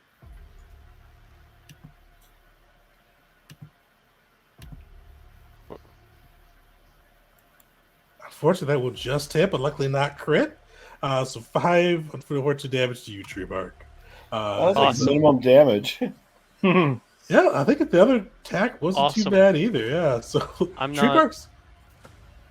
You know, I'm not taking this personally at all. I will heal you after this. Don't worry. Just Help don't me die. I can't heal death. I You can't. have to know what you're you might be the one that finishes me off, There's a good chance, yes. right? All right, Wisp, give me a will save. Descartes, you see your companions fighting amongst each other. You see these blades reaching out from the shadows and this dark, shadowy sphere surrounding you. What do you do? We're in Dark Shadow Sphere. I see these knuckleheads trying to kill one another. This is some demon bullshit. And I'm going to try to get out of the sphere. Perfect. You just kind of just hauling ass out of the sphere? Yeah. All right. Give me your choice. Give me an athletics check, actually. Alrighty. 21. Sweet. You see the shadows try to stop you, but fortunately, you're able to using kind of two. Or actually, this is going to use 2 of your actions. Is that all right? That's fine. Perfect. Using 2 of your actions, you're able to make your way out of the sphere. You kind of see a similar sight that Wisp saw on the other side of the street. Just a swirling sphere of darkness, and here, kind of the conflict of your friends on the other side. There's got to be something that's actually setting this off. I'm going to look around for anybody who might be casting a power or something that might be, like, inflicting this. Perfect. Give me a perception check. Alrighty. What did I get with my will save of 29? Was I able myself? You no longer see the demons, at least. So yeah, Descartes, you look around, and you do see kind of a crystal, this violently looking crystal, almost like laid haphazardly on the street, about a few feet, probably about 10 feet in front of you. And you see it glowing just ever so slightly at every interval. Okay. I'm guessing perception check was an action. Guessing perception check was an action. Perception check was an action on that one with a seek. Right. Well, now I know what I'm going to be doing next turn. Okay. All right, Treebark, you are up. You were not affected by the illusion. You saw and you recall knowledge. It felt like something was pushing back, or no, your nature check. It felt like something was pushing back against your casting. You felt like the demon's chaoticness and deception at work. You feel that there's almost something needs to be done to revoke it, to almost cleanse it. What are you doing? I have an idea. I feel like this idea should have occurred to me already, but it didn't. It occurred to me recently.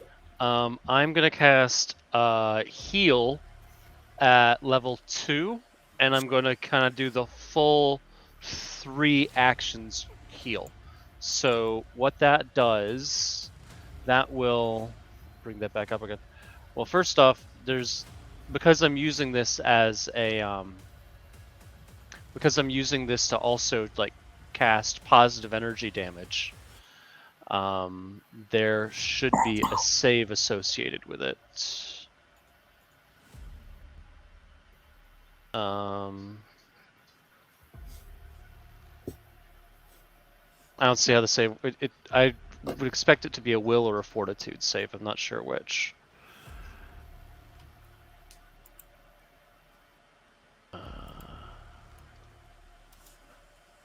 I'm gonna pull up heal. Positive burst targets all living creatures. Fortitude save. Okay, so a fortitude save, and I believe that will do. I believe at level 2 that'll do. Need to look at it again. Like 4d8 positive. Let's see.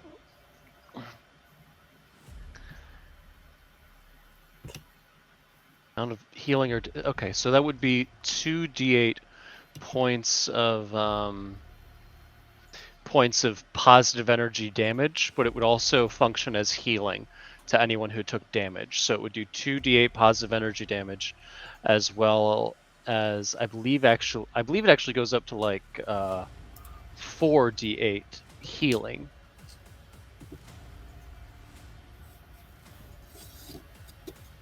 So I'm gonna roll this,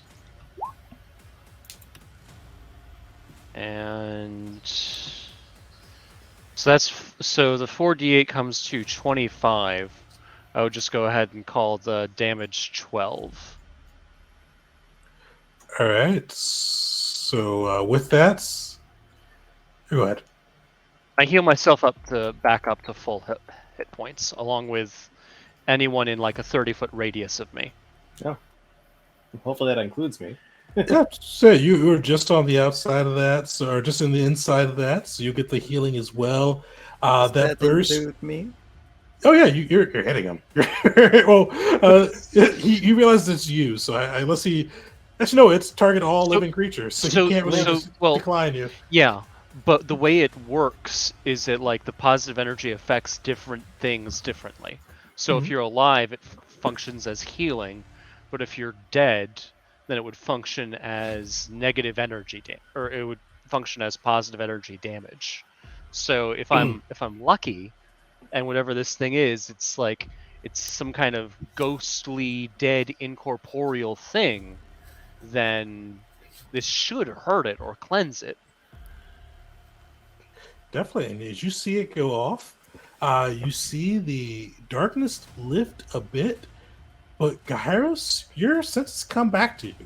You still see knives emerging from the darkened shadows, and kind of the shadowy sphere remains. But Gyros, you look around, and you see that your shield is right in Treebark's face. You immediately pull it out, and it's like, Oh, good heavens. Oh, I'm sorry. This usually doesn't happen. And like he would see Treebark's nose is horribly disjointed and like knocked to the side, but as the healing magic slowly starts to kick in, it would just like snap back in like with like 3 or 4 bone cracks. It would just be like the gnarliest kind of like doctor stuff you could see. I imagine you would internalize you did that to me. It- Made that happen. You could even say that, Treebark. It's your turn still. You could even say it. No, I don't say it. I just look at him, Just let and with the look, I'm hoping he understands what I'm holding back. Yep, and Hyros is just kind of nod. It's like, I'll treat you to a drink after this. I think one of those shadowy daggers got you too.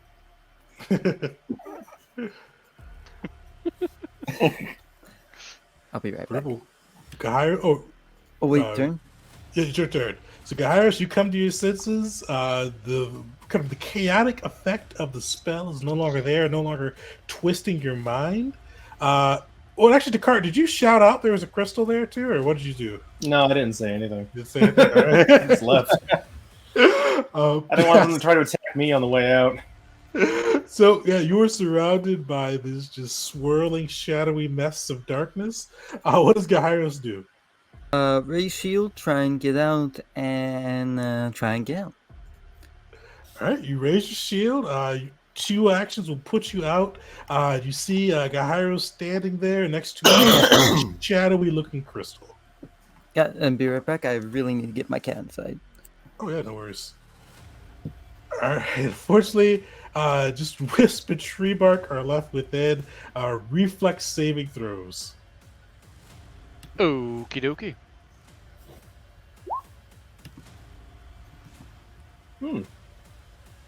Oh, Oh, wow. yeah. Oh, why is this not rolling? All right, Treebark, you take half of this, so 9 damage. And luckily, you didn't super fail at Wisp, so you take 18 as these shadowy blades just poke through you. But Wisp, you are up. Okay.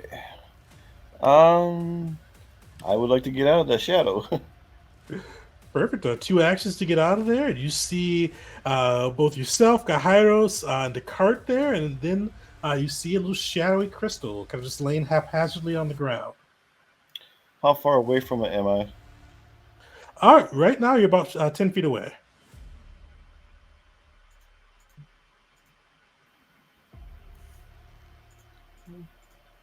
Suppose I can't try to throw my short sword at it and just smash it, can I?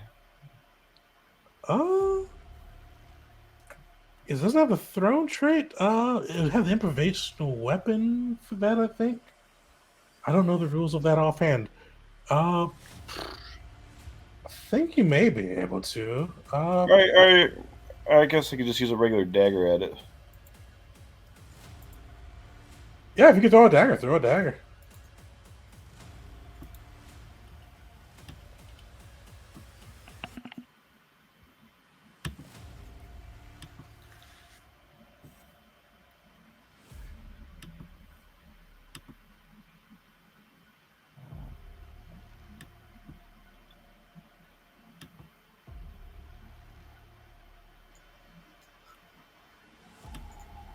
Oh, shoot. A second here.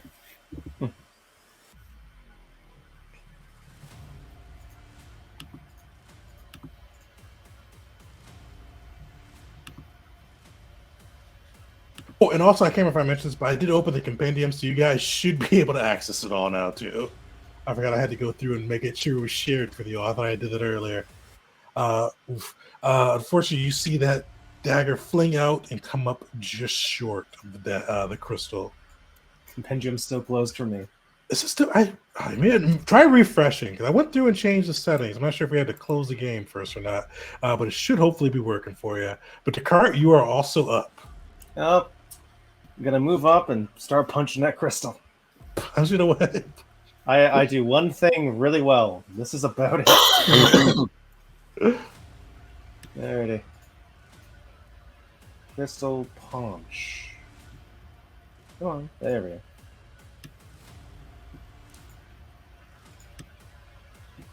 That'll 20. hit. 12 damage. Nice. the crystal shatters, and you see the kind of the sphere of darkness fade, and left behind is your comrade, or your recently found comrades, a little bloodier, a little hurt, but still alive and escaped from Shinzo's hazard, the Demon Lord's hazard. Oi! What's wrong with you? Come on! Don't let a thing like that. Let a thing like that get you. Ugh. That was not pleasant. I would like to not be in the spear of death. Perfect. Well, we're going to take a quick break. What time is it? 8:59. So we're back in 5 minutes, 9:05. Before we go, though, if you're new to the stream, make sure to put PF2E into the chat. We are going to be giving away a $25 Paizo gift card to a lucky winner, which you'll be able to spend on the core rulebook. If you don't have it, highly recommend it. But if you do have it, you can pick up any of the other amazing Pathfinder 2E books, and we'll be rolling that kind of giveaway at the end. So we'll see you guys in a few minutes.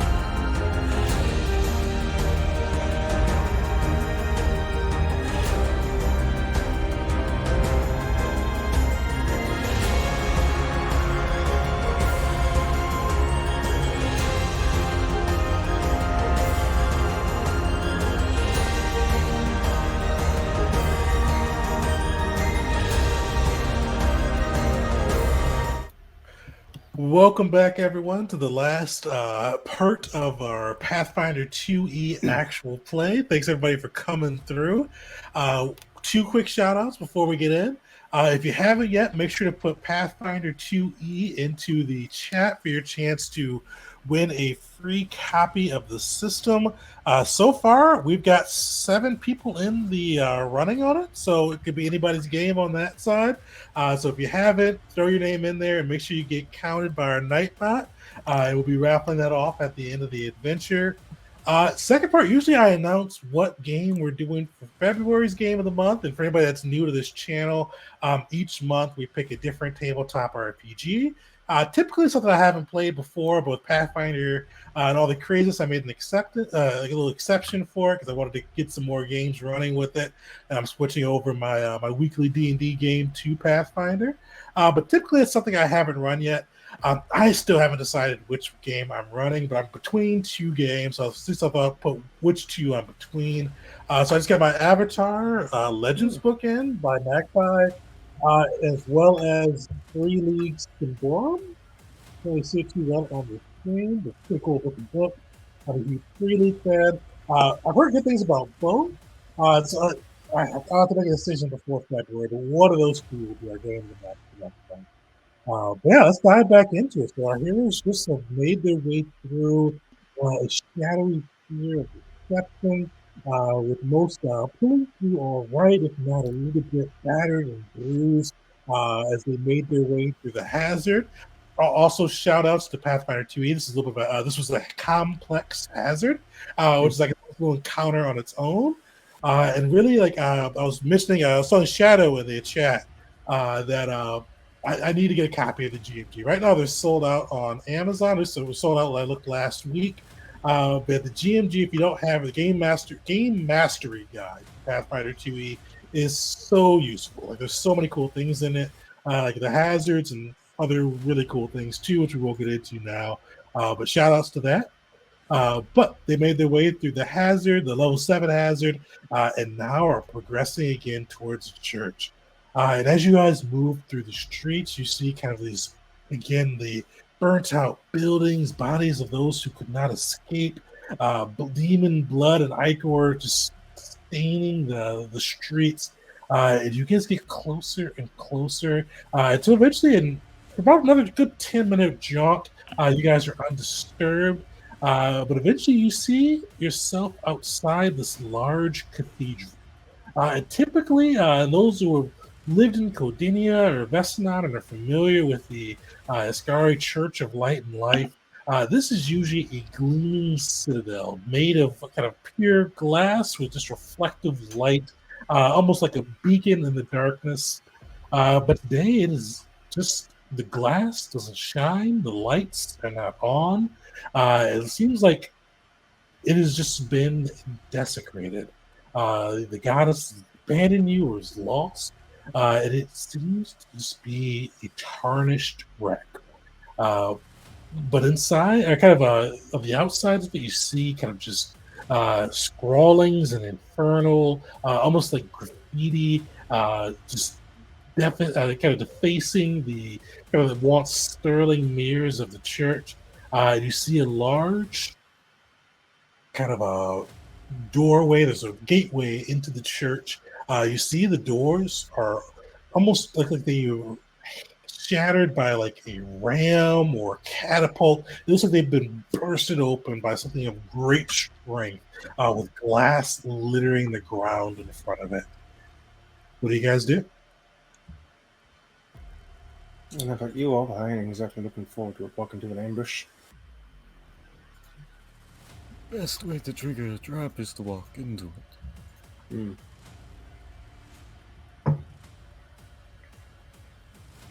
So, who wants to walk into the trap? You don't hear anything, actually. You hear any people.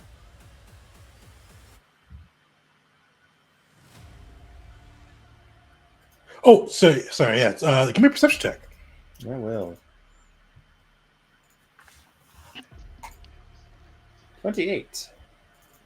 Solid. So you as you kind of strain your senses, you hear the sounds Actually, you hear like with 28, you hear a couple of different sounds. One, you hear the sounds of chanting. It's very faint, just kind of like on like you have to like, kind of really like lean in and strain your ears to hear. You're not able to recognize the words, but it kind of has this monotone chanting, just like very rhythmically, but without any passion, without any life to it. Almost like you wouldn't recognize it, but almost like they put like a robot and just had it just repeating it over and over again. But you could tell these are the words of people just chanting these words over and over in a language you don't understand. You also hear what sounds to be kind of the crinking of hoofs on concrete, as well as like broken glass. Every now and then you'll hear kind of a pause of the chanting.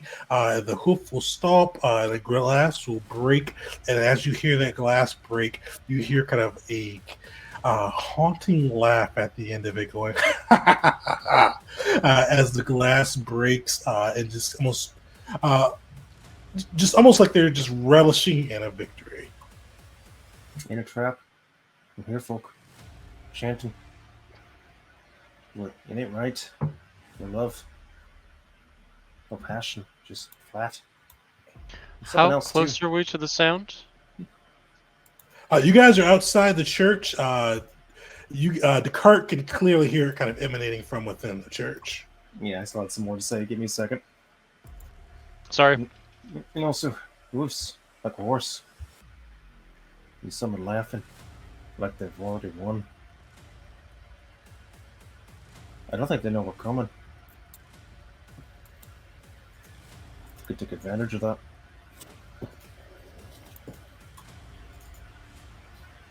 Raise his shield.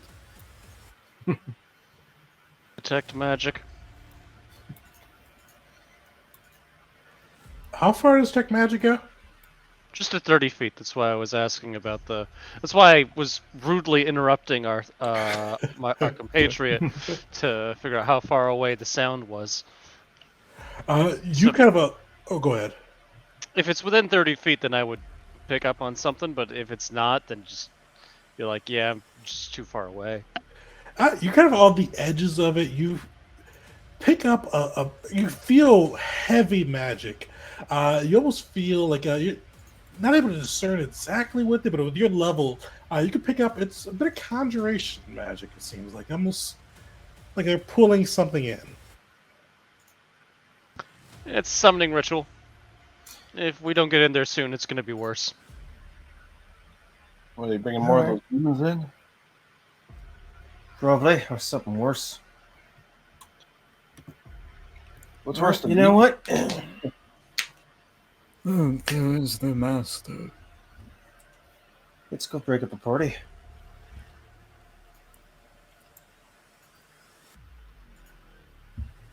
Are you I said guys we had going one. within the church? Yeah. Can we try and sneak our way in? Yeah. I vote for sneaking. Yeah. Tegan, the fact you got closer and whispered that scares me greatly. Are you going into the church? Gotta have that dramatic effect. Sweet. So everybody give these stealth checks as you make your way within. No. Uh-oh. Oh, that went well. You got a hero point, now's the time. So if I have assurance, does that automatically give it a 23 even though I rolled a 1? So if you use assurance, you can't roll. You have to just call it. Oh, Yeah. gotcha. It isn't like reliable talent. Mm-hmm. Yeah, pick it. Perfect. You all make your way within. But the thing that catches you first, and kind of like what the waiting and the entryway to what usually is this grandiose church for anybody that lives or spends much time in Vesnon or Cordinia, you know this church, like it's the wealthiest of the gods church. Usually they just are decadently displayed. You see usually just kind of founts of light. It is different glass and kind of crazy artwork sculpture within. But it looks like somebody has just gone through and just wrecked everything. You see the once pristine mirrors tarnished with blood and gore. You see the statues that kind of grace the walls broken and disfigured.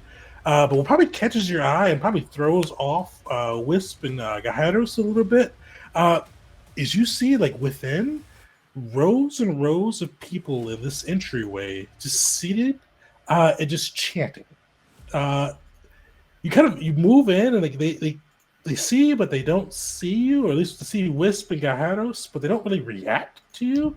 And they're just chanting away with this just repetitive phrase, unfortunately, that escapes. It doesn't even like you're not even sure if it's actually like words or if they're just all repeating the same line of gibberish, but they are just all monotonely going and repeating it, like Vesa Vasa, in a real robotic tone. You see mixture of humans, elves, half elves, dwarfs, all just seated in the pews, just chanting and chanting away. And Descartes, you hear the laughter and the sounds of broken glass further in behind these what would usually be these pristine glass doors, but you see holes and bursts within them. Well, they don't know we're here. Let's get started. Go ahead. If there is a line of them, I would like to cast Lightning Bolt and hit a line of them. The people? The people? They're chanting, right? I'm- You go with those people. If I had to guess, they're either mind control or possessed there, but these are people, not human people. All right, fine. Fine.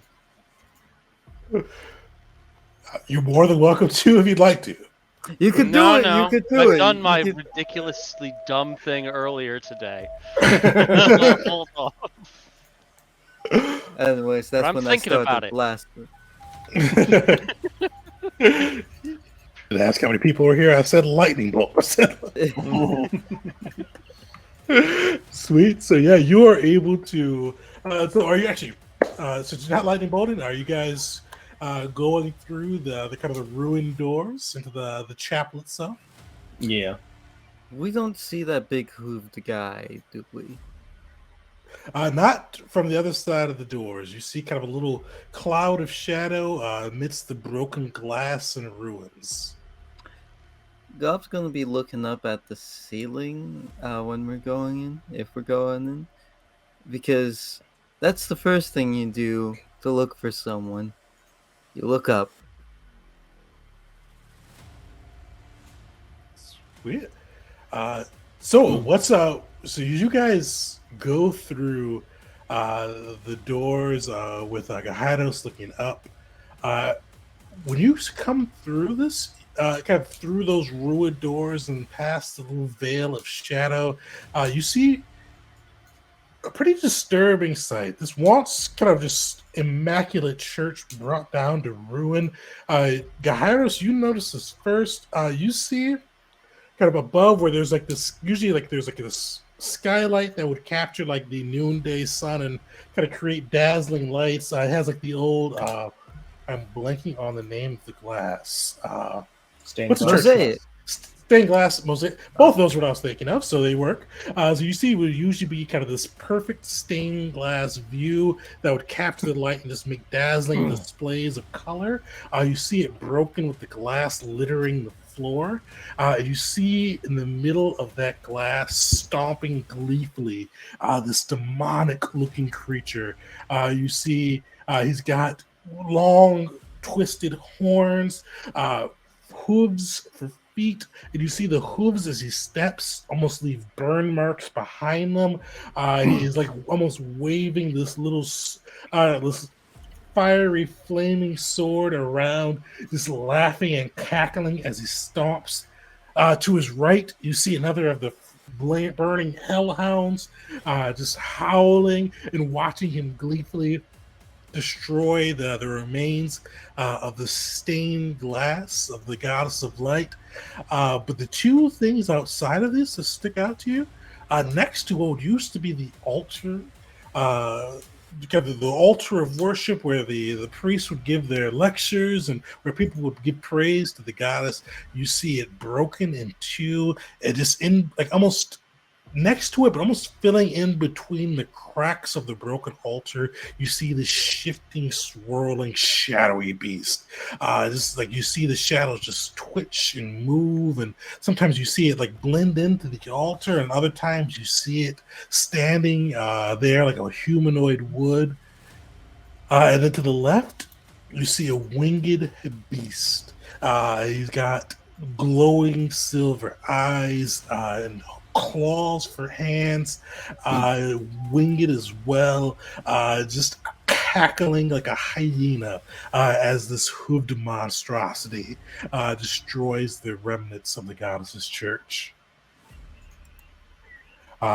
They do notice you, but unfortunately, with Chiros and Wisp on that side, but you see the hooved monstrosity look at you. It's got like a horsey looking face, but it seems like all of his big teeth smile. And he goes, "Have you come to celebrate the New World Order, to pledge yourself to the new lords of the realm? The gods are gone. Pledge to our lord, the demon of chaos."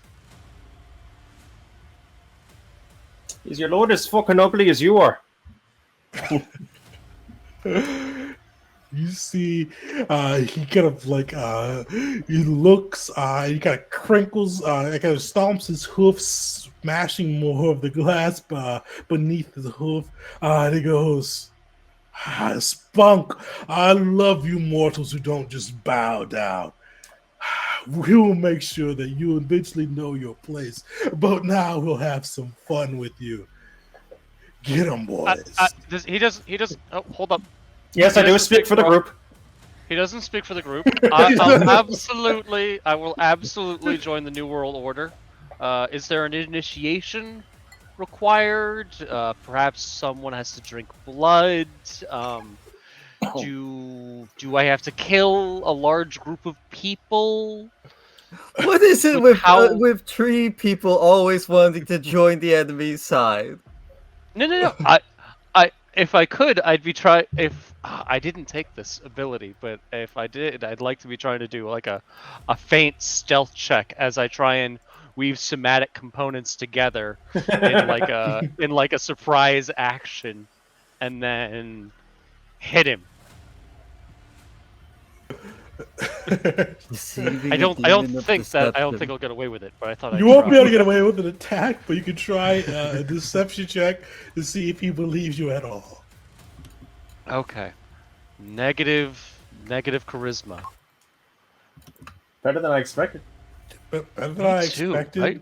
But not good enough. Unfortunately, not good enough. You see, he looks at you and he goes, "Your spirit lacks the necessary emphasis. You embrace chaos, but not enough." Yes, but I learned quickly. And I'm motivated, and I'm highly motivated to live. You see, he looks to the shadow, and the shadow nods, and he says aloud to the rest, "Save him for last. Maybe we can twist him into and everybody throw yourselves down on the sheet and roll initiative. This will be perception. I am a little worried with the glass on the floor, so I'm getting flashbacks to the teeth. Oh yeah, kind of similar actually. I didn't even think of it that way, but kind of similar. Yeah, it's in a cone shape too. Which worries not me. cool. You already. Ooh, right. 1 sec. Sweet. So as they are rolling, I also want to give a shout out to Grand Rapids. I'm not sure who Grand Rapids is, but shout out to you. That's my home city. I feel like I probably should know who you are, but thank you. So for the subscribe to the channel. So if you also they were getting close to the end game for this, so put PF2E into the chat for your chance to win a $25 gift certificate to Paizo. We could buy Pathfinder stuff, Starfinder stuff. They sell like a ton of stuff, so you can find something you'd want to get with it. But if you don't own the core rulebook yet, buy the core rulebook. Usually, when I do these the games of the month, I always give away the core rulebook. I couldn't find a way to get something with Paizo's site, so I did the gift card. So if you don't own the core rulebook, buy that. But otherwise, buy whatever you like with Pathfinder stuff. And that too, Jesus. That too, that's rough. Let me get. Oh shit, I gotta roll my guys. No, I think that's fine. Just go first. They'll just stand there. And then with this too, I'll kind of give a little bit of peek behind the screen a bit. So one of the really cool things I've heard with Paizo or Pathfinder 2E is kind of their encounter budgets are really well matched without having to like do magic with it. So I'm looking forward to see how that goes. The first encounter was what was it called? A low or easy? I forgot what it's called. It's the one right above trivial, and that kind of fit. You guys got a little bit of damage. You guys stopped them pretty well. This is just a bit over severe, just about severe. It's not extreme, but it should be a challenge. So we'll see how you guys do. For those who have known me from Dungeon Jedi Masters or any of my other streams that we do, I usually like challenging combat. So I'm looking forward to seeing if I can bring that to Pathfinder 2E, especially with how well they have it balanced. So I did a severe with this one to kind of see how that feels and how that plays. With some fun monsters in here too. So I'm hoping it'll be fun. And Treebark, you killed that initiative. You are up first. Okay, I just need to read a quick moment. What I am, so I'm actually going to cast as a full round action, or no, as consuming all 3 actions, material, somatic, and verbal. I am going to cast a spell called Safe Passage, and what it does is it grants us a +2 status bonus to our AC and saves against hazardous terrain, hazards in the area, environmental damage. So, like if something on the area is on fire or anything, I'll be protecting us from that. I'm also going to be giving us resistance 5, so we'll get. I think we'll get like resistance 5 to like elemental damage and stuff. Perfect. What's the name of the spell again? It is called Safe Passage, although it might only be in reference to physical terrain, in which case it's completely useless and I should just move and cast Lightning Bolt. Do you have the text for that one? Yeah, give me a second. I'll pop it right into the chat. Perfect. Yeah, I'll say hard thing with Pathfinders is actually not a hard thing. Really cool thing for new players, but there's a ton of cool spells. And I've read a bit of spells, mostly arcane stuff, because I like the Magus class. But I have not read all the spells or anywhere near all the spells yet. Oh, that's not core rulebook. My bad. I shouldn't be able to cast that. All right, I can just do Lightning Bolt. No, it's fine. Oh, you can do Lightning Bolt if you prefer, but you can definitely do that as well too. Well, the more I see this, the more it's really, really designed to be like, is the terrain you're going through dangerous? Then this will protect you. But we're not in a like terrain issue. We're in an encounter, so Lightning Bolt would be the smarter call. I mean, that guy's got hooves. He's got foot protection. You don't have boots. All right, Safe Passage it is. +2 AC against broken glass, and resistance 5 to broken glass and other environmental issues in the area. Also like shadows. And that will last for 1 minute. Sweet. So the glass is treacherous terrain on that side. So you guys will have resistance 5 to that, which is good. Will hopefully nullify any if you do walk through the glass, because and I find Berger we played together too much because you realize that the hooves would protect it from the things, but it would be painful to you guys. And the 5 will probably take a good chunk of that out or completely nullify it, depending on how it goes. Tree bark. Was that all 3 of That's your my actions? yeah. That's 3 different kinds of components for the spell, which I'm pretty sure means in this game that that's 1 whole turn. Yeah, it's got that 3 action symbol Yeah. from the thing you posted. So yeah. All right. That's one of the things I like with the system too. Is like you get your 3 actions, you can do whatever you want with them, which I find fun. Sweet. Yeah. Go ahead. The action economy is the most well-reviewed part of Pathfinder Second Edition. Mhm. Everyone loves it. For each component the spell has as an action. Typically, Yeah. Oh, okay. So if it's just a verbal, usually it's 1. If it's verbal, somatic 2, and then the other one, material. Verbal, somatic, material. And then sometimes you can amplify it with your 3rd action to do cool things. There's and some spells are deliberately designed to like, do you want to do more things? If you spend your whole turn doing it, it's more powerful. Like when I used heal earlier. Oh, is there any spells that can be used as a reaction? Yeah, quite a bit. Bunch. That's a little commercial break here for it. That's one of the cool things. I've been reading a shitload of Pathfinder this month. There's just so much flexibility with it. Like there's just like a lot to do on your turn outside of just attack and all that. But with the spells, there's like a ridiculous amount, especially if you pick up Secrets of Magic too. There's just so many options available to every class with that, and the archetypes and all the cool things with it. And like in comparison to 1st edition too, and a lot of other games, like there's always a lot of confusion. Like I don't know if I want to take an entire action to do a knowledge recall or something. Yeah. Now you're like, I've got 3 things I can do. Let's do it. There's no reason not to. You don't spend 30 minutes checking the core rule book. Yeah. The recall knowledge, which is fair, like especially they have all the different skills for, or kind of the relations to what type of monster, the skill that goes to identifying them. Because actually, I should have mentioned this at the start too. But yeah, recall knowledge is like super clutch. Because like with the Hellhound, or not the Hellhound, the Shadow Drake you guys fought earlier. If you recalled knowledge and if you crit on that, I could have told you that you guys it was weak to fire. Luckily, Treebeard already, Treebeard, it's Tree Bark. Tree Bark got that automatically, or just kind of guessed it, I should say.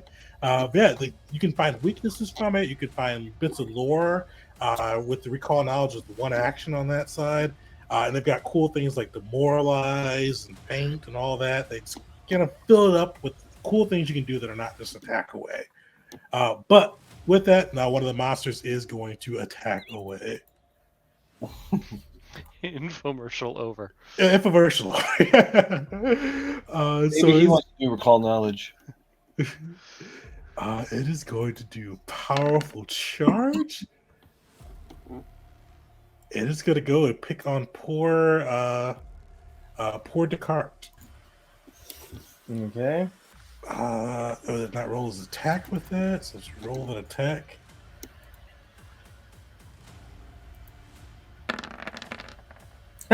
No. Sweet.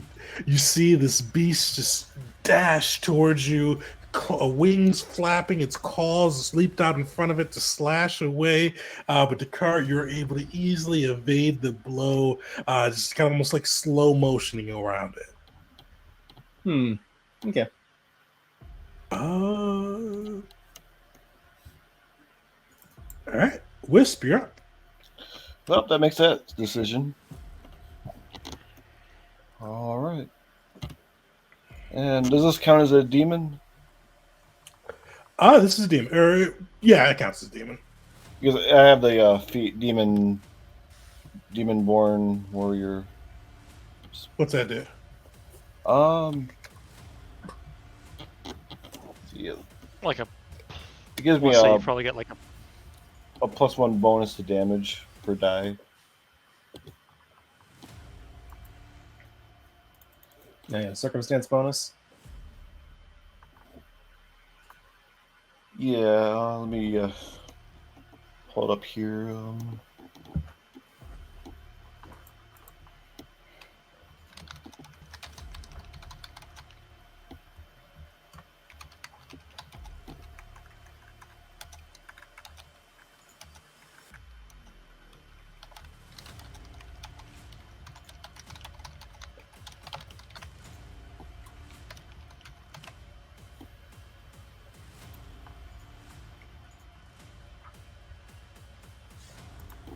So what was it called again? It's a +1 circumstance bonus to damage with weapons against demons. If your attack deal more than one weapon die of damage, the bonus is equal to number of weapon die. If your actions force a demon to take damage from its sin vulnerability, increase that damage by 2. Nice. So you get to add 1 to your weapon die for that. So I think short sword's 1d6, so you'd add a +1 to it. All right. And you have them flanked, so they are flat-footed, so it brings his AC down by 2. And you get your sneak attack.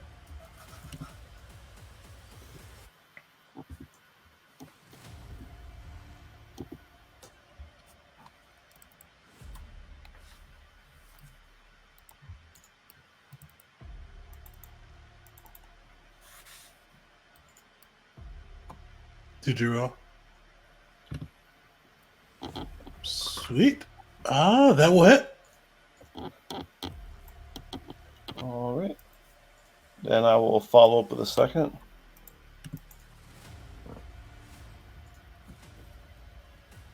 That'll hit too. Oh, that's weird. That one didn't come up with the damage. You can click the damage below the thing, and it'll just roll damage for you too. Like below, like your short sword thing on the sheet. Nice. Sweet. Yeah, you slash into it twice. Yeah. How's that look for you? So I'm kind of slashing away with a reverse grip on the short sword, trying to take out its wings. Nice. All right. Anything else, or what? I think you used your actions. Anything else you want to say or move, do? attack. That's all I can do, I believe. All right. You see the hellhound rear up, kind of its fiery visage, just eager to take a snarling bite at the group. He's going to make up for his poor buddy who didn't get to use his cool thing. You see him just striding forward. How fast can he move? Oh, he can move 40 feet. Perfect.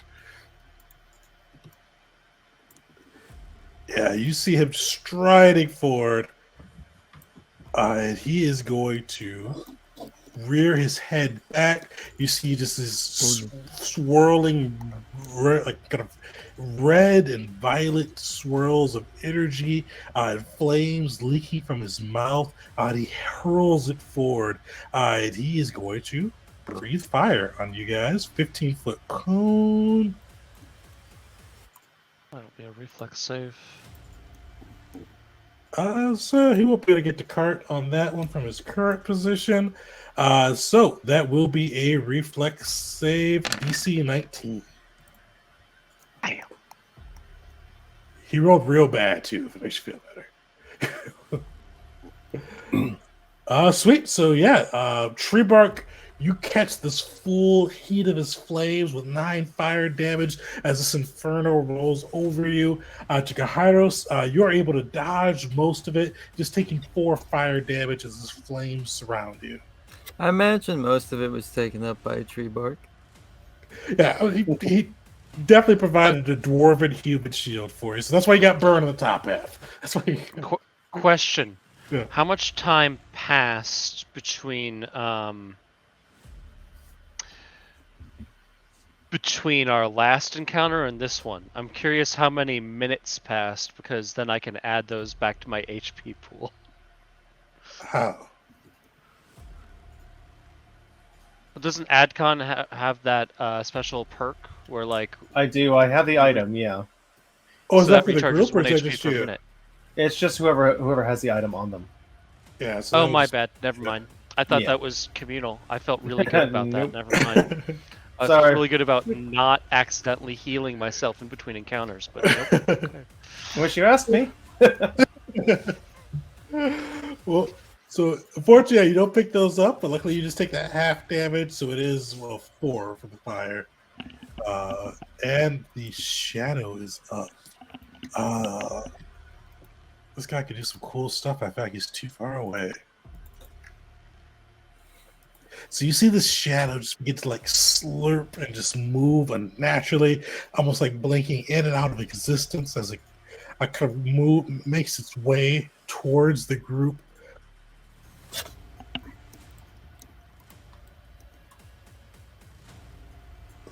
Okay. And so it is going to.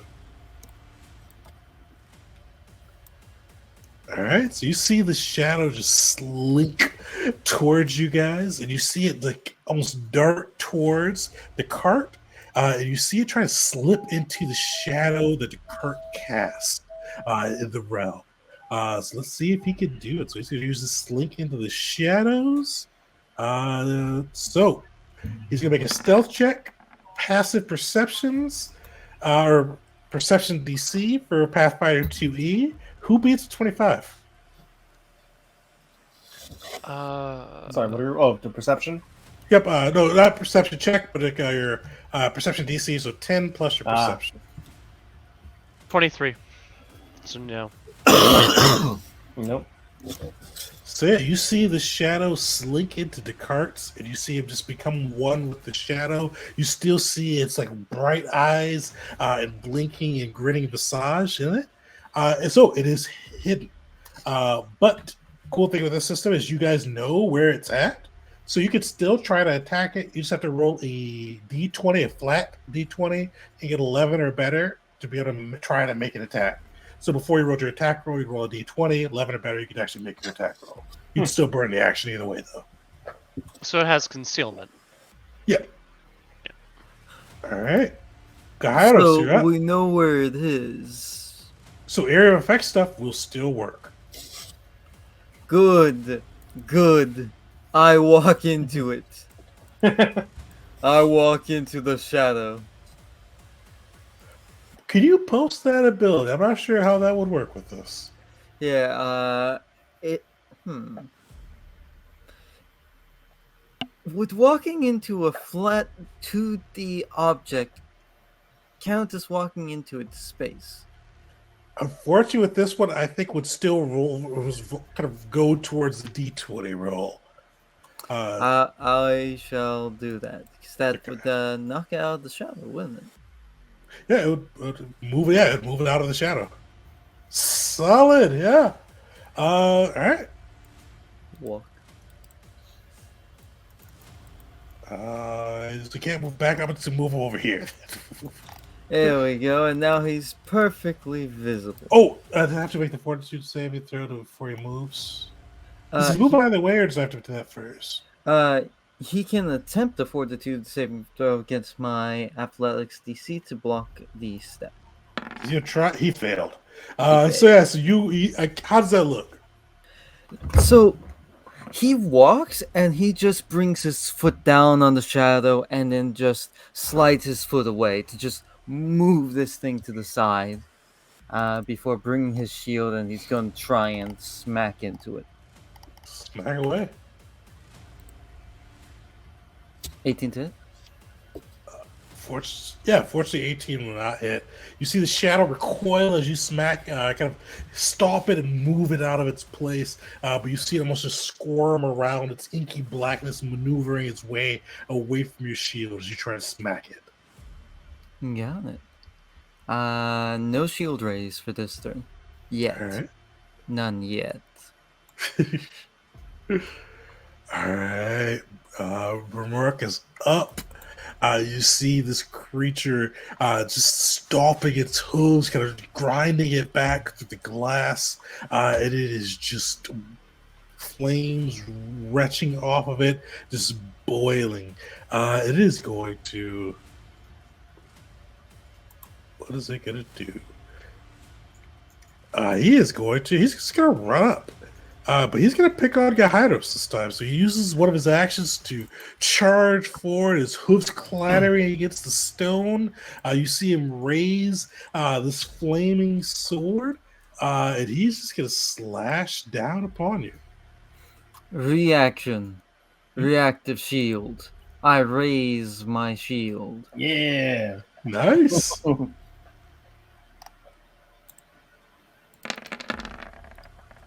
Does that make a miss? That would have missed anyways. Sweet. Either way, you see him bring that shield up in time. He clangs that the fiery blade against the shield, and it bounces off. And you are protected. And he's going to try again. You see his kind of gross, foolish mortal. And he slashes again with that flaming sword. Ooh. Oh. Oh. Oh, yeah, no, there ain't much I can do to help that, mate. Oh. Oof. That's rough. That's okay. 45 with an additional 1 and 2 evil and fire evil damage. Yeah, there's evil damage in this game. So yeah, he got pissed. So you block that first one. You see him huff, and smoke comes billowing out of his nostrils. He raises that sword back and just slams it on you for 48 damage total. Oh. Is that Pathfinder for necrotic damage? I think it's still necrotic damage. I think it is too. Let me see. What about negative energy damage? There's negative damage too. There's a lot of damage types. There's a lot. Okay. Ah. Oh, you know what? It makes sense. It makes sense now that I think about it. Because there's also like chaotic and lawful, so of course there's evil.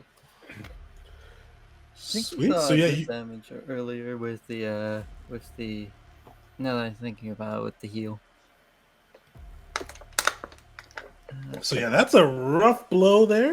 But luckily, you're still standing. You're bloodied up. And you see the demon kind of just huff again, smoke and fire emitting from its nostrils, and it goes, "Out of the light and tearing you down. Unlike your tree friend, we will not spare you." He The would cart- say Oh, go ahead. something witty back, but he is in a vast amount of pain. Spit blood in his face. He got that mask on though. Ain't no distance to be got. Alrighty. I'm finally up. All right, what's the cart thinking? Moving up one, I guess doing a step, a 5-foot step, a shift, whatever they call it. But really, I'm just kind of jumping up and Superman punching this son of a bitch. Perfect. First attack.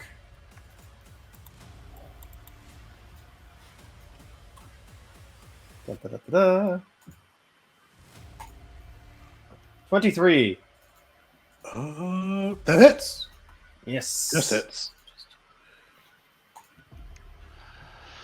Yep, 11 bludgeoning, and I'm going to actually activate one of my key abilities. I have those. And I activate Key Strike. All right, what's that do? I get to make a unarmed strike or fury of blows. Plus 1 status bonus to my attack rolls with the strikes, and they deal an additional d6 of damage. Solid. Yeah. So, second strike.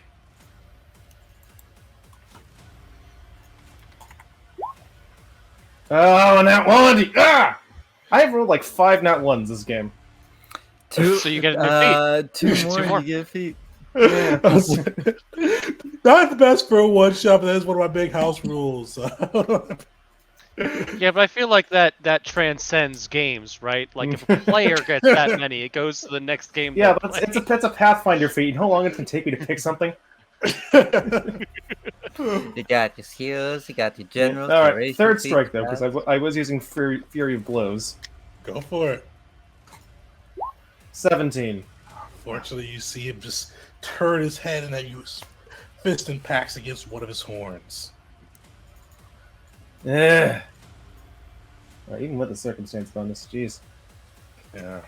All right, well, that's it for me. I got that one blow on him though. So he definitely felt that. All right, Tree Bark, back to top of the order. You are up. Wait, these are rolling. So- These are doing -5, not minus. What a 19F hit? Because these aren't rolling correctly. 19. Yeah. No, 19 would still miss. You need a couple more on that one to hit him. Yeah, Did these you have these aren't doing my finesse. Oh, that's weird. Yeah, that is weird. You may be able to change that. You may have to like specifically choose Ah, there we are. to make Agile. dexterity on the modifier. Oh, the agile, yeah. Yeah, You could there add we it. go. Yeah. I got it. Yeah, there we are. Agile. Okay, And make Yeah. sure it's got your proficiency in there too. it does. Okay. Yep. Okay, Sweet. cool. Sorry. Tree bark. Tree bark will bark for the trees that are not there because that's his whole thing. He just goes bark, bark. Bark, bark. Oh, I did not get that before you spelled it out, so thank you.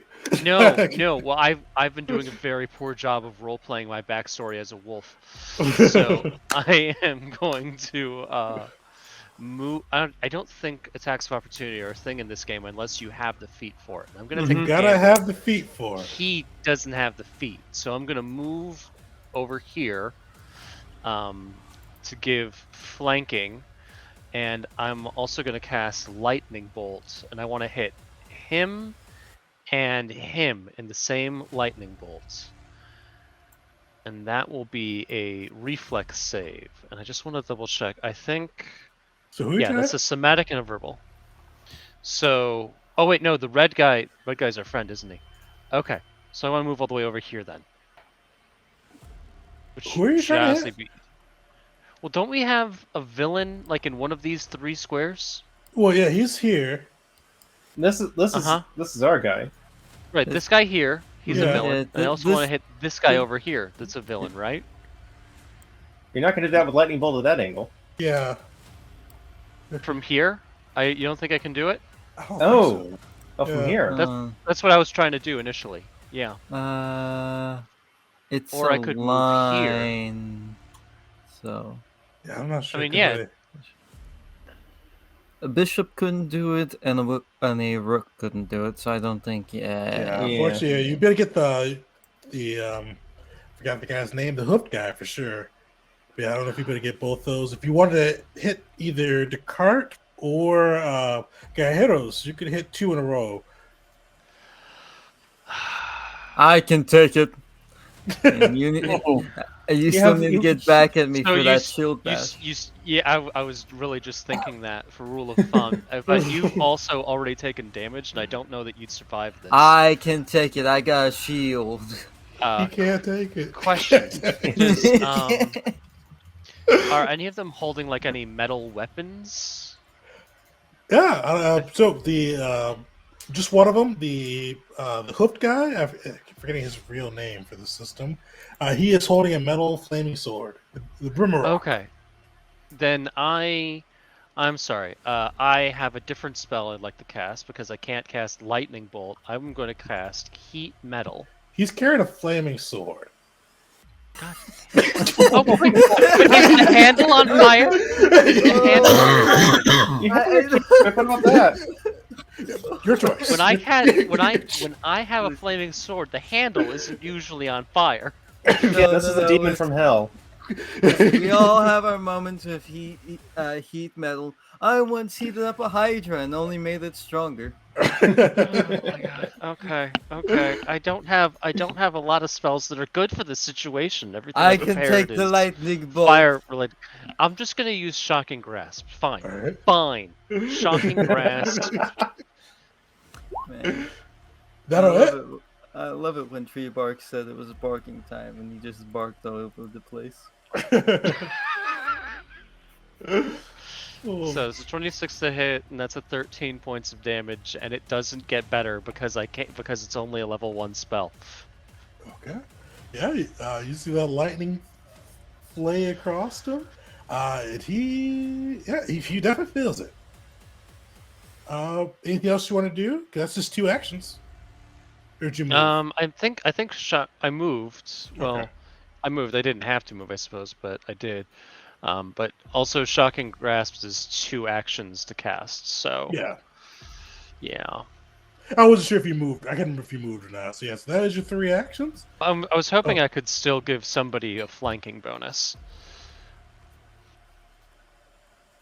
so yeah, you can definitely kind of move there initially.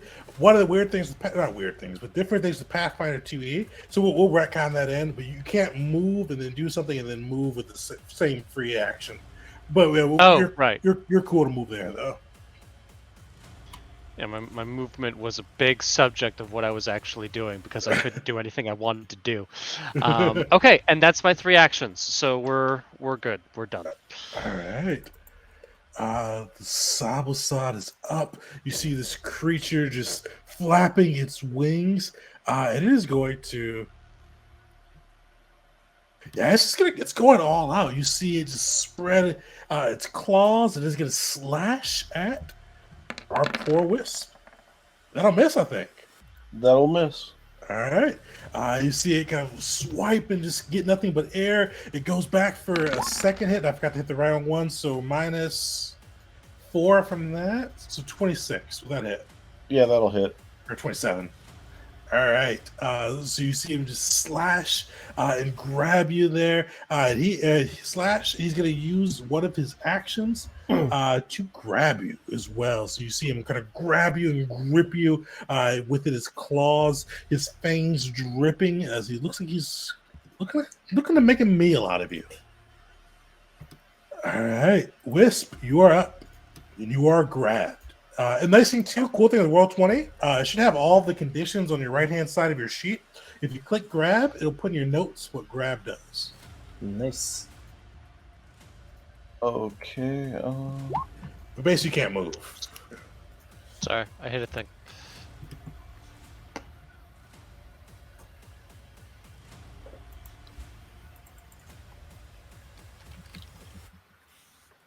So can I do like an acrobatics to get out of it, or?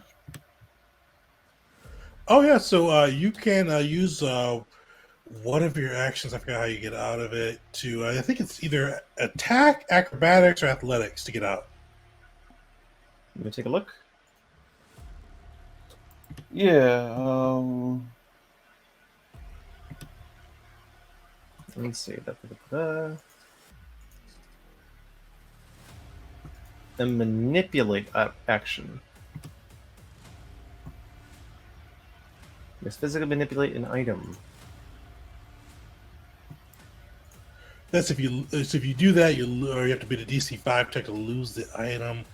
I think let me pull it up. I'm pretty sure. Let's see. Flat-footed immobilized.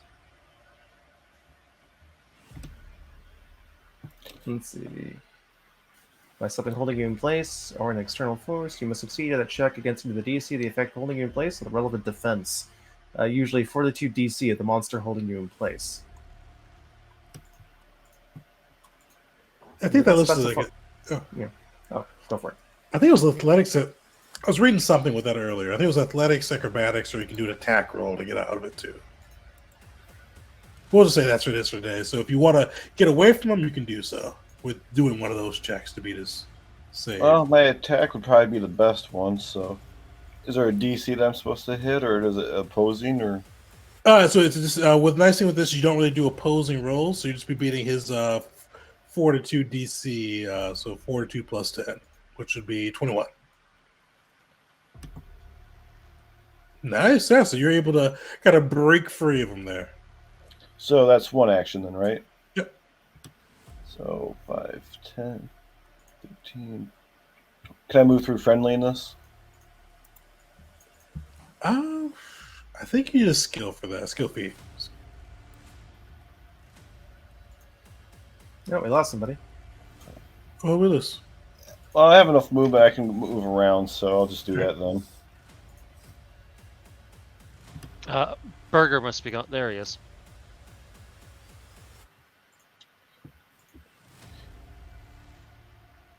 Then I'll make an attack against our hooved guy. Now, if I made an attack roll to escape my grapple, am I at a -5 or -4? I'm not sure on that one offhand. We'll say no for today.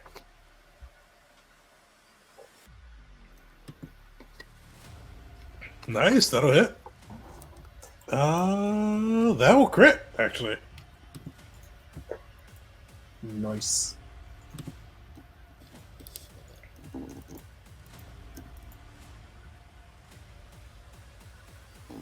Now, is my Demon Bane feat, is that +1 doubled as well? No, that's a flat modifier, so just be the. Actually, no, it's ×2 with this one. Yeah, it'll be so you get +2 for that with the ×2 for it.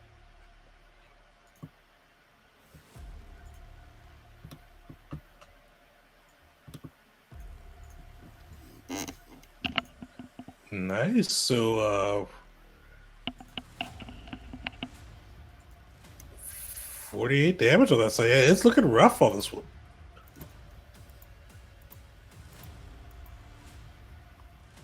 How's that hit look? I try to put it right in the armpit of the arm that's holding the sword to try to affect his swinging. So kind of like right in his armpit. Nice. All right. What are you doing with your last action? That should be all three. One to escape the grapple, Oh, one to move, and one great. to attack. All right.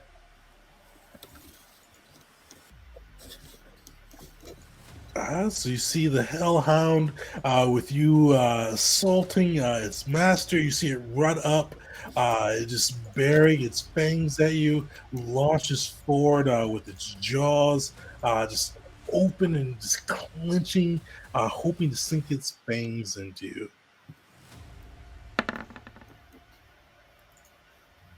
That'll miss. Actually, no, you are flat-footed. That will hit. With flat foot, I'm still at 22. Isn't your AC 22? No, it's 24. Oh, it is? Yes. Your sheet says 22, though. Right, but it's showing that the temporary -2 must be from being flanked. Because it was at 24. Okay. That's weird.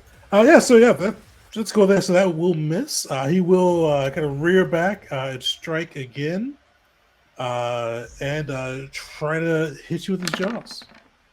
That will definitely miss. All right, the shadow is up. Pushed out of its hiding spot. You see it just slinking around, and you see it reach out with one of its hands towards Gahiros, just moving closer and closer. It's just lash out at you there. I'm rolling terribly today.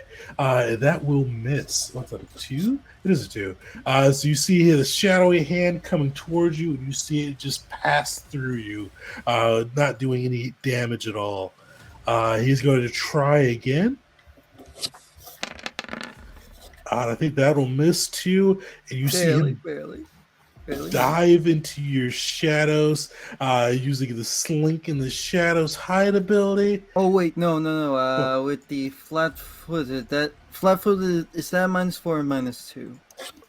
Oh, that's -2. I forgot he was flanking you too with that guy. That's Yeah. -2. No, with my shield up, that will still miss. Got it. Also miss. All right, he's gonna slink into the shadows.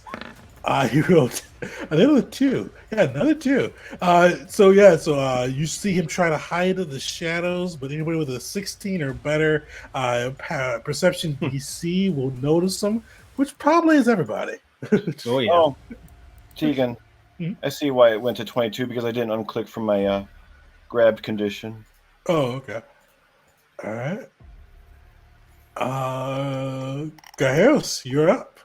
It's shield time. Who are you smacking? The shadow. Shadow, all right. That'll hit, yeah, the guy behind him is surrounded on all fronts, so best take care of this little weird shadow monster that's trying to get into people's shadows. So 9 damage. Perfect. You see, like he resists a bit of it, but he definitely felt it. Alright, so what I'm going to say may sound dumb. But can he try and grapple the shadow?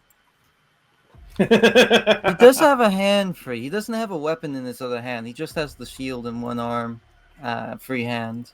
So could he try and grab the darkness? That's a very good question. I may have an answer. Is his hand somehow magical? Does he have like a magical gauntlet or anything in his hands that would go through incorporeal? You know, Maybe his faith. The cool thing with this one is Shadow doesn't have the incorporeal trait, so That's weird. It's weird. I'm reading it right now, so I may be missing it, but no, it does not. At least on the Roll20 version, it does not have incorporeal. So My man is built like oversight. a Heartless from Kingdom Hearts. Exactly, it's more like a Heartless from Kingdom Hearts right now. So yeah, Alright. so give me an athletics check. Okay, so I'm going. You know how I had the assurance on medicine? You got athletics? I also have it on athletics. Nice. That's a DC 21. He must beat. Perfect. And I'm trying to remember what he resists this with. Let me look it up real quick. I think it's a reflex. Do you know offhand, Burger? Not a clue. I always love running grapplers and punchers. Never know how they quite work in other systems. Well, luckily, this is not like Pathfinder 1E when you needed like a literal chart to go over it. This is so the target Fortitude DC. So that's what's your DC again? So its Fortitude is 18. 21. Yeah, you got it grappled. Yep, just like grabs it by the throat as it's trying to go into the shadow, and he just shakes his head. I still have one action left, unless that counts as 2. No, you still have because you haven't moved. You just attacked, grappled. No, remember the grapple does have the attack trait, so it would it increases your multi attack penalty. That's what it is. In that case, I believe I know exactly what I'll do. I'll raise my shield, which allows me, which activates my special effect, allowing me to move 10 feet without provoking attacks of opportunity. Hard thing with this system is if you move after grappling somebody, you break your grapple. Yeah, it's not like 5e we can move them with you. I literally came across that on Reddit the other day and had to look it up. That's weird. You know, It is. that makes a lot of sense with like actual. It depends how you view grappling. It's like actual grappling or just picking someone up. Because you can move with someone picked up, but if you got like wrestling, you're not dragging them 30 feet. So I understand.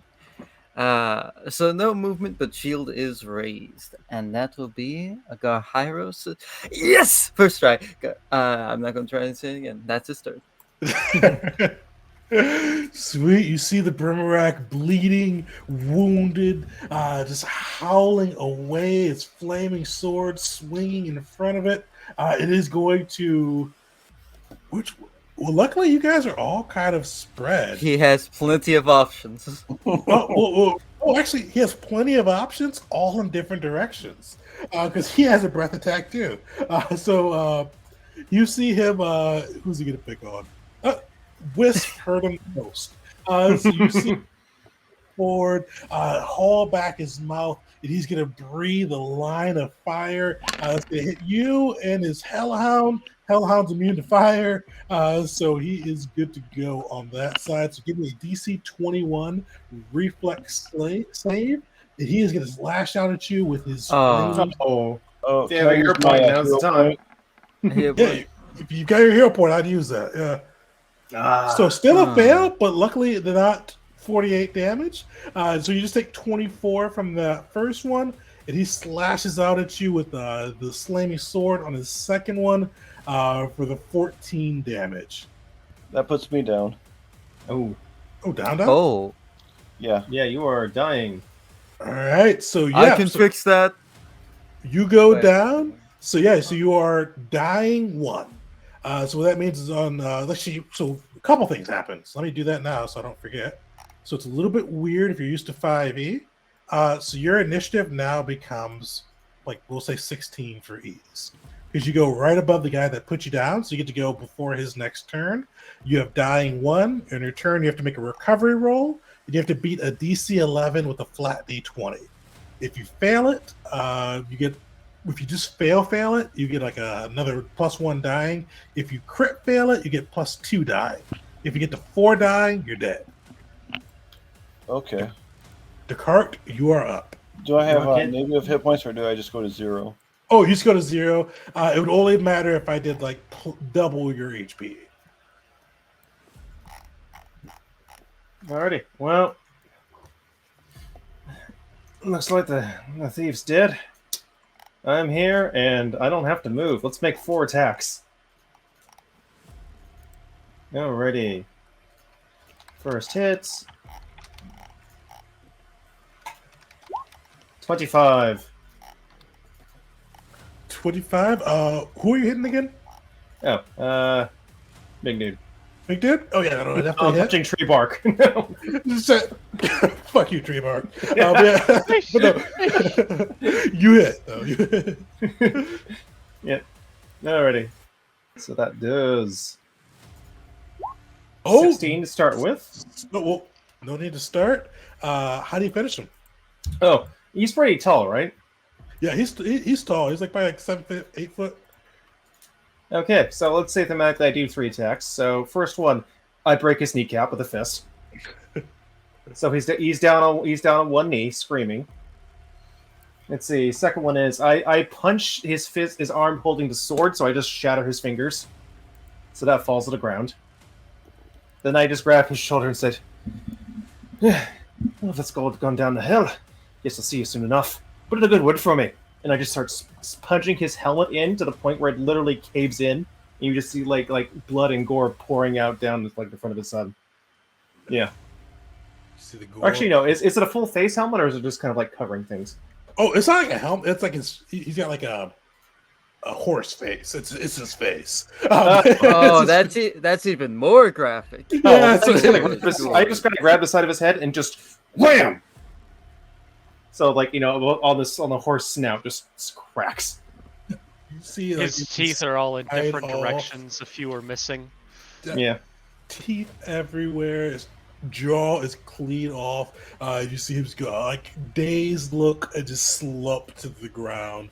Blood and gore everywhere until it begins to boil and burn away. And then I point over at this guy and says, "You're fucking next." So second action, move over here. All right, Third action, Fury of Blows. all right. So second hit's gonna Are you be. about to intimidate and glare on that one? It's not free, unfortunately. Yeah. I would if I could. 21. Ah, that'll just miss. Ah, damn it. Alright, third attack. 17. Alright, well, whatever. Yes, you see the flying beast just evading your blows. Tree bark, you are up. The hoofed creature is dead. Just the hellhound, the shadowy creature, which is looking pretty rough, and the flying creature left. I'm not doing. Okay. I have 2 ideas. I'd like to take a poll from the party. I could heal the whole group of us. That might be a good idea. Or I could do some damage to one of these 3. I think did killing... find us. Oh, You think okay. killing? No, I think killing would be better because then, Wisp gets a turn again. Okay. Yeah, Yeah. that's what I was thinking. So, I think I want to swing at the one that's in melee with our. I want to call him Mog, and I know that's horribly wrong.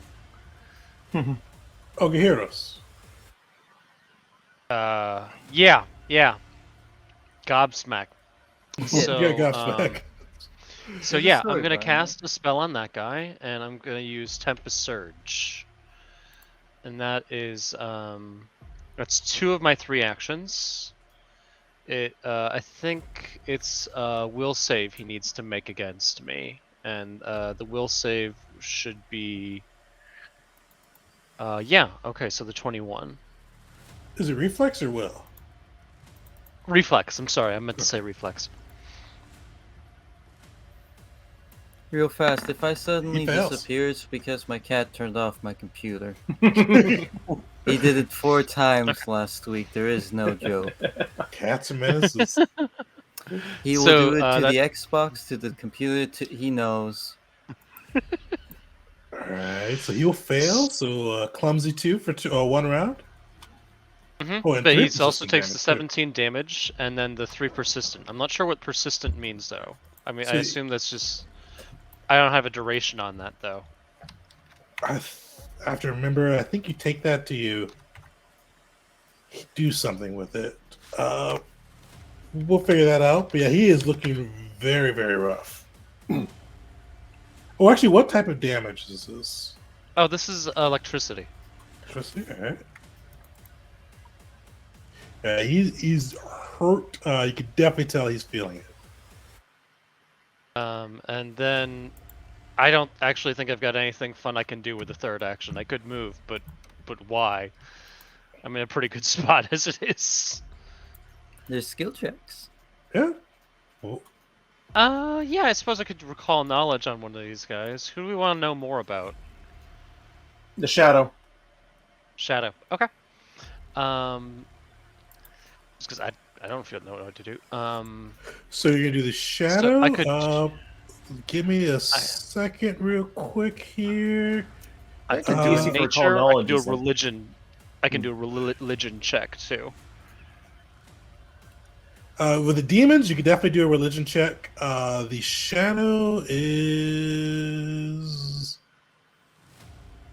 something different. I thought. Maybe it's a cult. I think it's cult. Yeah. I do not have a cult. I've got religion and nature. So I guess I'll have to do it on one of the demons because I can't recall knowledge on the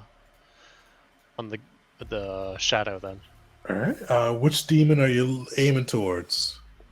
I feel like we know the least about this guy over here. I feel like I Alright. haven't seen him before. So it's a 17. I forgot what fail is for that one. I would assume it's their DC plus 10, but I'm not sure if that's the case in second it's- edition. I think it's their level plus 10, which will be a regular success. So yeah, you get to learn one new thing about this creature. Let's see what's good on that side. It's not a crazy. It's not a critical success. Oh, I don't have any weaknesses with this guy either.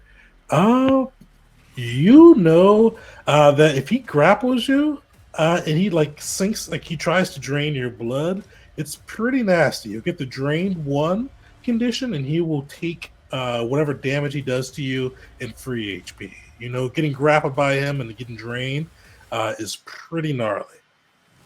They're vampires. They're like demon vampires. Don't let them get at your neck. Good to know. All right. The Sabasad is up too. He is going to lash out with his claw at the cart, slashing away. I think that will hit. And he is going to use an action because get the plus grab with this to grab you, and he is going to try to drain your blood. So give me a fortitude save.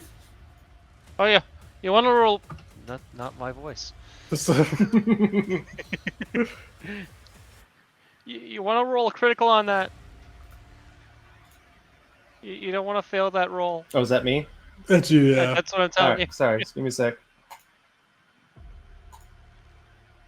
Well, All right. So you become drained 1, and he is going to draw some blood from you. great. Where's that at? Let's see, what does drained 1 do?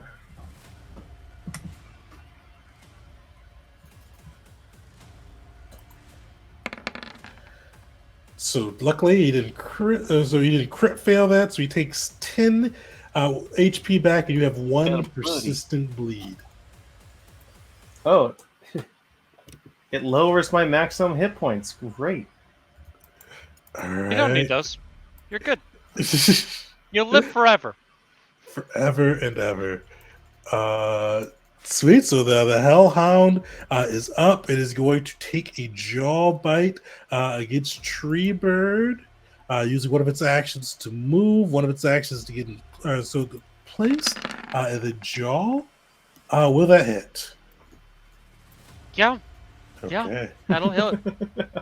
For I'm 16 glad I know how damage. much it's gonna suck.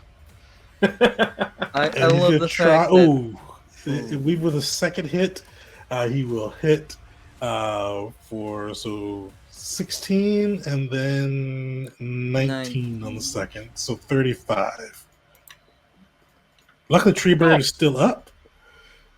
it's still up. Sweet. The shadow on its last legs is going to take a shadowy swipe at Gahiros. Shit. All right. Oh no! Is that enough? It is dead on the money enough, except I have a shield. Use that shield to take some of that damage. What's your Uh-huh. shield's hardness and HP? Hardness is 5, HP is 20. So what does that mean? So the hardness, so basically you 25. So the hardness gets minus off the damage. So that's what 33, 28. And I think both you and the shield take the 20 damage. So your shield's gonna break. Okay, so I'm not gonna do that because that is my only weapon. So I think I have Oh, something else instead. okay.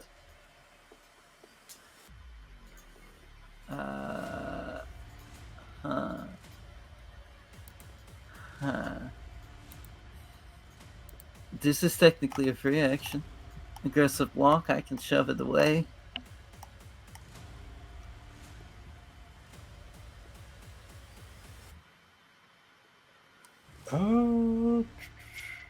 So as you block, so that would still put you down though. In that case, I will block and do this. All right. So, get the most out of my shield before it's gone. My shield! Gone forever! Sweet. So yeah, you take that the remaining damage on that side. But yeah, the shield breaks, but you are still up and about. So that was how much damage to me? So minus the 5. Let me find the rule just to be sure, but I'm pretty sure both the shield and you take the remaining damage past hardness.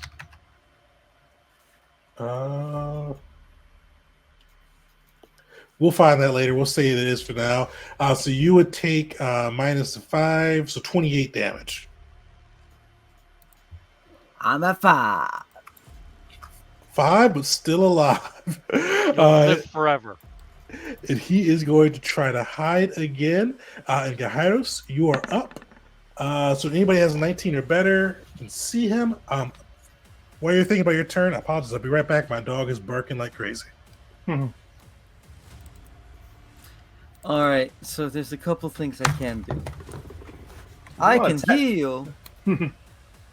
I have with me a special feat, a nice feat called a battle medicine.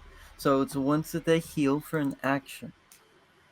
And I can do a medicine check, the same DC as to treat wounds and restore the corresponding HP, meaning up to D8 to 2D8 if I roll, and if I go with assurance, I forget what it is, but it's the equivalent of a 25.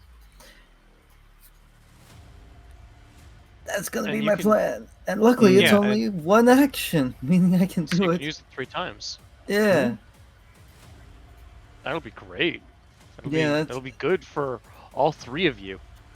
Yeah.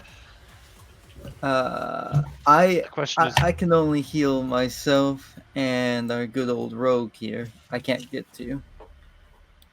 yeah, but there are 3 of you together. There's the guy who's down but not dead.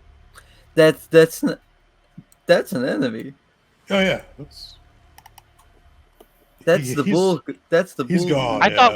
thought one of us was down. Yeah, Oh, that's yeah. the rogue right here. Okay. I'm sorry. I expected Listen, there you're to be an not on X their him. side yet. Yeah. All right, I so just can't tell the difference between friend and foe. That's all there is. most of True most of my neutral. everything was based around having the shield. I did not plan on the breaking. So, luckily, I did have an alternate source of being useful. Battle medicine. It's a single action. So long as I have a free hand, and well, I got 2. I can do a patch wounds check as an action and heal someone, and after that, they're immune to it for 1 day. And like I said, I got assurance on medicine, so it counts as a 25. I forget what that gives for the wounds check. Actually, I think that gives a good bit. Let me pull it up real quick. Yep. I'm gonna do that for myself and the rogue. Sweet. So, with that, are you trying to do? Are you an expert in medicine? Master. Ooh. All right. So, you can get a +10 to a plus. What's this? So +10 to 2d8. All right, so that's going to both gobsmack. I'm not going to pretend like I could pronounce it. I got it once, that's all. And Wisp. Twisp. Gobsmack. Oh, low rolls. Every little bit helps. That's battle medicine's a sick feat because treat wounds usually takes 10 minutes to do. But so now you guys are both immune to your battle medicine, but you get Wisp back up he's prone but back awake with 15 HP. I Wisp. still got 1 action. Oh, perfect. I did not. I usually go with the unarmed build things. This one, I was like, nah, I don't need to do that. Turns out I need to do that for this guy. So, I have an idea Oh. that you don't have to go unarmed. All you need is a shield, right? Yeah. I see a dead body in front of you. He didn't have a shield. No, Wait. he is a shield. He did drop his big flaming sword. The sword is left behind. His body did burn up, though. Big flaming demon. Honestly, unfortunately, I think picking up an item does Hyros take would. Yeah. No, I think he'd see that as like, no, if I pick that up, I'm getting possessed, kind of deal. Well, maybe that, but also it takes an action. Yeah, so just run hands with this shadow. Shadow boxing! Yes, the jokes write themselves! Sweet. You hitting the shadow? Yep. Nice. Just enough to hit. 20 AC, literally. He had 3 HP. No, still enough. The resistance almost took it out, but enough to take him down. How does that look? So now that the shield's gone and he only has his hands, he looks at his hands and he debates with himself, do these count as weapons? No. And he'll grab the shadow by the head and just twist it around. You see the shadowy head twist around. You see like it spins like a little bit. It kind of almost spins off of the shadowy creature until it lands. You see this once smiling shadowy face just kind of corrupt and go swished into a frown before it melts into the floor. Just a little kick just to make sure it's dead and not trying to hide again. Yeah, you kick the ground and you see for once no smiling face looking back at you. Wisp, you are up, and you have to get back up using one of your actions, but you are back up and ready, and you do have the wounded one condition though. Okay, what does that Oh, mean? doesn't matter again unless you go down. And basically, what that would mean is rather than starting at dying 1, you'd start at dying 2. Okay, so it's an action just to get back up. It is to stand from prone. Okay, so stand up. Then I will move over here and take a whack at the dog that helped in putting me down.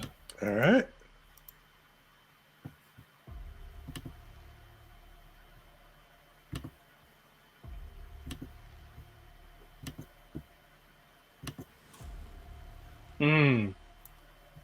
That'll hit. Oh, actually, that'll crit with flat-footed. Oh, Obliterated. Yeah, so Better yet.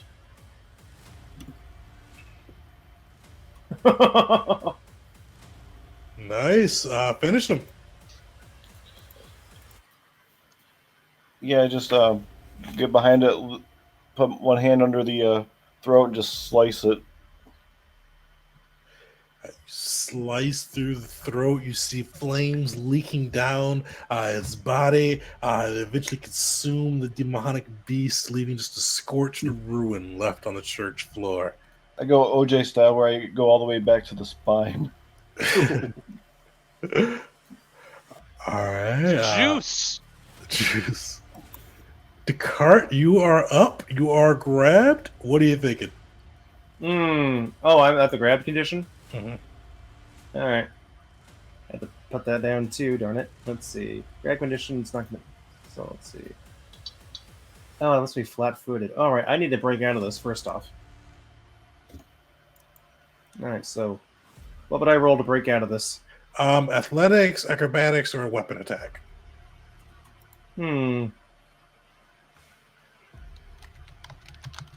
I think I will try athletics. 22. Gets his fortune. I think that beats. I think it has a 22. Let me pull it up real quick. Yeah, it has a 21, so it definitely beats it. Alrighty, I am no one grabbed. Just kind of break away his hand. Let's see. Hope that tasted good. That's the last you're ever gonna fucking get. And let's attack this guy. Beat him down. First hit. Nice. Woo! Critical damage. So 29 damage. He is looking very rough. I bet he is. Alrighty. Let's use my second and last key point. 4. Key strike. The Fury of Blows. All right. Second hit. +1 circumstance bonus. Really? Another nat 1? 6. We're close. God. If 26. we prolong this long enough, you'll get that feeling. That will hit. Alright, so 26. Alright, this adds another d6 to damage. All right, so you could potentially finish. You finish him. Let me in. I just want to roll the d6 because I want to roll it, damn it. Roll that d6 in. Yeah. Alrighty. Well, not to make too much comparisons, but Fist of the North Star? Just so many punches, and then I turn and I just say, yeah, you're already fucking dead. You see he hangs in the air, wings still flapping for a moment, until you just see like wounds and like punch marks and like holes in his body appear. He falls and collapses to the ground. His bones and body just dissolving into a bloody mess of ichor. But you all have slain the demons inhabiting the church. A moment later, you hear the chanting just kind of abruptly stop. And you hear kind of, oh, what? Where are we? What's going on? Just kind of repeated ad nauseum behind you as the citizens that have been trapped within the church come to and cease they're completing the demonic ritual they've been possessed to go after. Lightning bolt. You gotta shoot somebody, damn it. Perfect. Well, you all have the city is still besieged by demons under threat, but you all, through your effort, have saved numerous innocent civilians who would have been sacrificed to the demonic whims and helped protect the city of Vesnon, earning your mark as heroes of the city. And that's where we'll bring it to an end. For viewers live, next couple minutes we are going to do the giveaway. So if you haven't yet, throw in PF2E into the chat for a chance to win a PDF copy, or sorry, not a PDF. Usually I do a PDF copy of the rule books. With Paizo, we are doing a $25 gift certificate to their store. Message me afterwards, and we will get that over to you. So make sure to throw that in. PF2E. I'm going to throw the contest thing in there again. Also, if you are new to the channel, each month we do a game of the month, a new TTRPG to focus on. So this month was Pathfinder. Not sure what next month will be, either Avatar or Symborum by Free League. Before we've done End of the Odd, we've done Savage Worlds, Lancer, a ton of different systems. So stay tuned, subscribe to us on Twitch, YouTube as well. Each month we do this, we go over how to build a PC, core mechanics, and something unique with the system. So come through on that side. But overall, this is the first time I've run Pathfinder in like 2 or 3 years, so it was kind of cool to get back into the seat. I'm gonna be switching my D&D game over, so it's kind of cool to get some practice. I liked it. There's still a lot I need to learn with this system. I know if for any of the experts watching, you have probably had a couple, more than a few wrong rule calls with it, but I enjoyed it and I had some fun. So I hope you guys enjoyed watching this, and I'm actually going to pass it off to my players too, see if they have anything they want to add about the system. I know for a few, this is their first time playing or first time playing in a while. I do. This is my first time playing Pathfinder. This is wonderful. I love every aspect about it. I love the customability. I love how the combat runs. I just love it.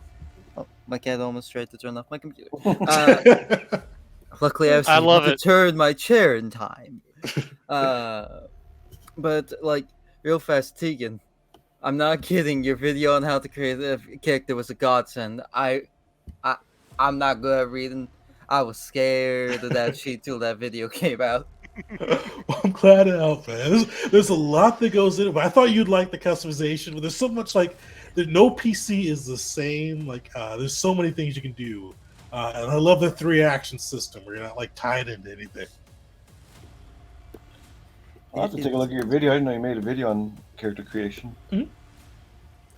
And I feel bad for you guys. I thought I had this on. I don't know why it's not on. I have to figure it out. But I bought a compendium. So I bought the book so you can usually just drag shit over versus having to type it in.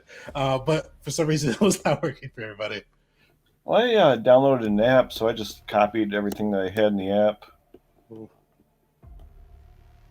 Yeah, Path Builder is a really an amazing resource for building characters in this game, and they also have one for first edition on your phone that is also just incredible. They're amazing apps, and if you play the game, download them, support the users because it's free. They're not getting paid to make it. It's just great stuff. And if it's not clear, I fucking love this game. This is my favorite game of all time. And I do want to give a shout out. Oh, go ahead. Go ahead. I was saying I actually made my character on Foundry. I also want to plug that app. It's free and it's also incredibly cohesive. Not Foundry, the Pathfinder 2e system on it.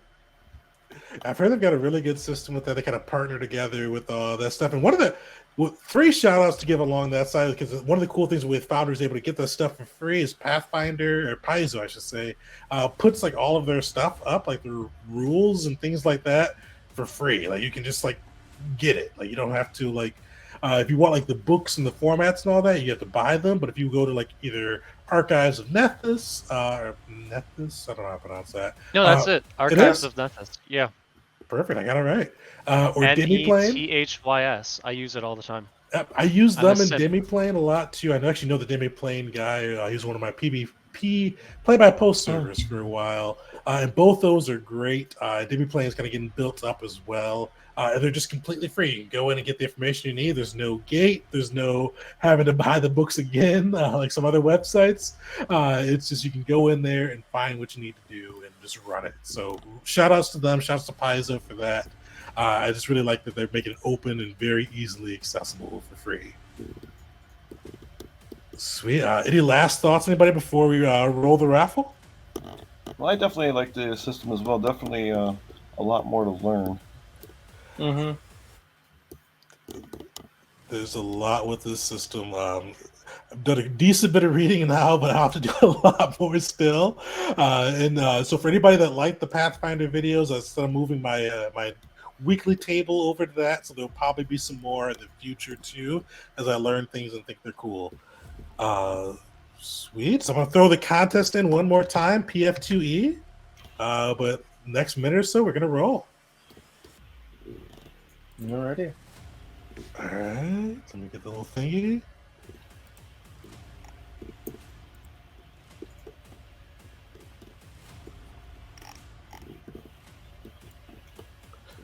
All right, our winner is Shadow Assassin. So shout out to Shadow Assassin, new follower too. So congratulations. Whisper message me on Twitch, and I will get the gift card stuff over to you today or tomorrow. You'll be able to get $25 gift certificate to Paizo. You can buy anything you like with it. So go crazy. Overall, thanks everybody for joining us. I don't think I have any of my friends online, so we're gonna sign off. If you don't usually follow this channel, we do. This is our game of the month. We also do Star Wars 5e Tuesdays with our Invasion and Stranded campaigns. Invasion is next Tuesday, so come through for that. And just gotta come and hang out with the crew. But thanks everybody. We'll see you all later. Bye.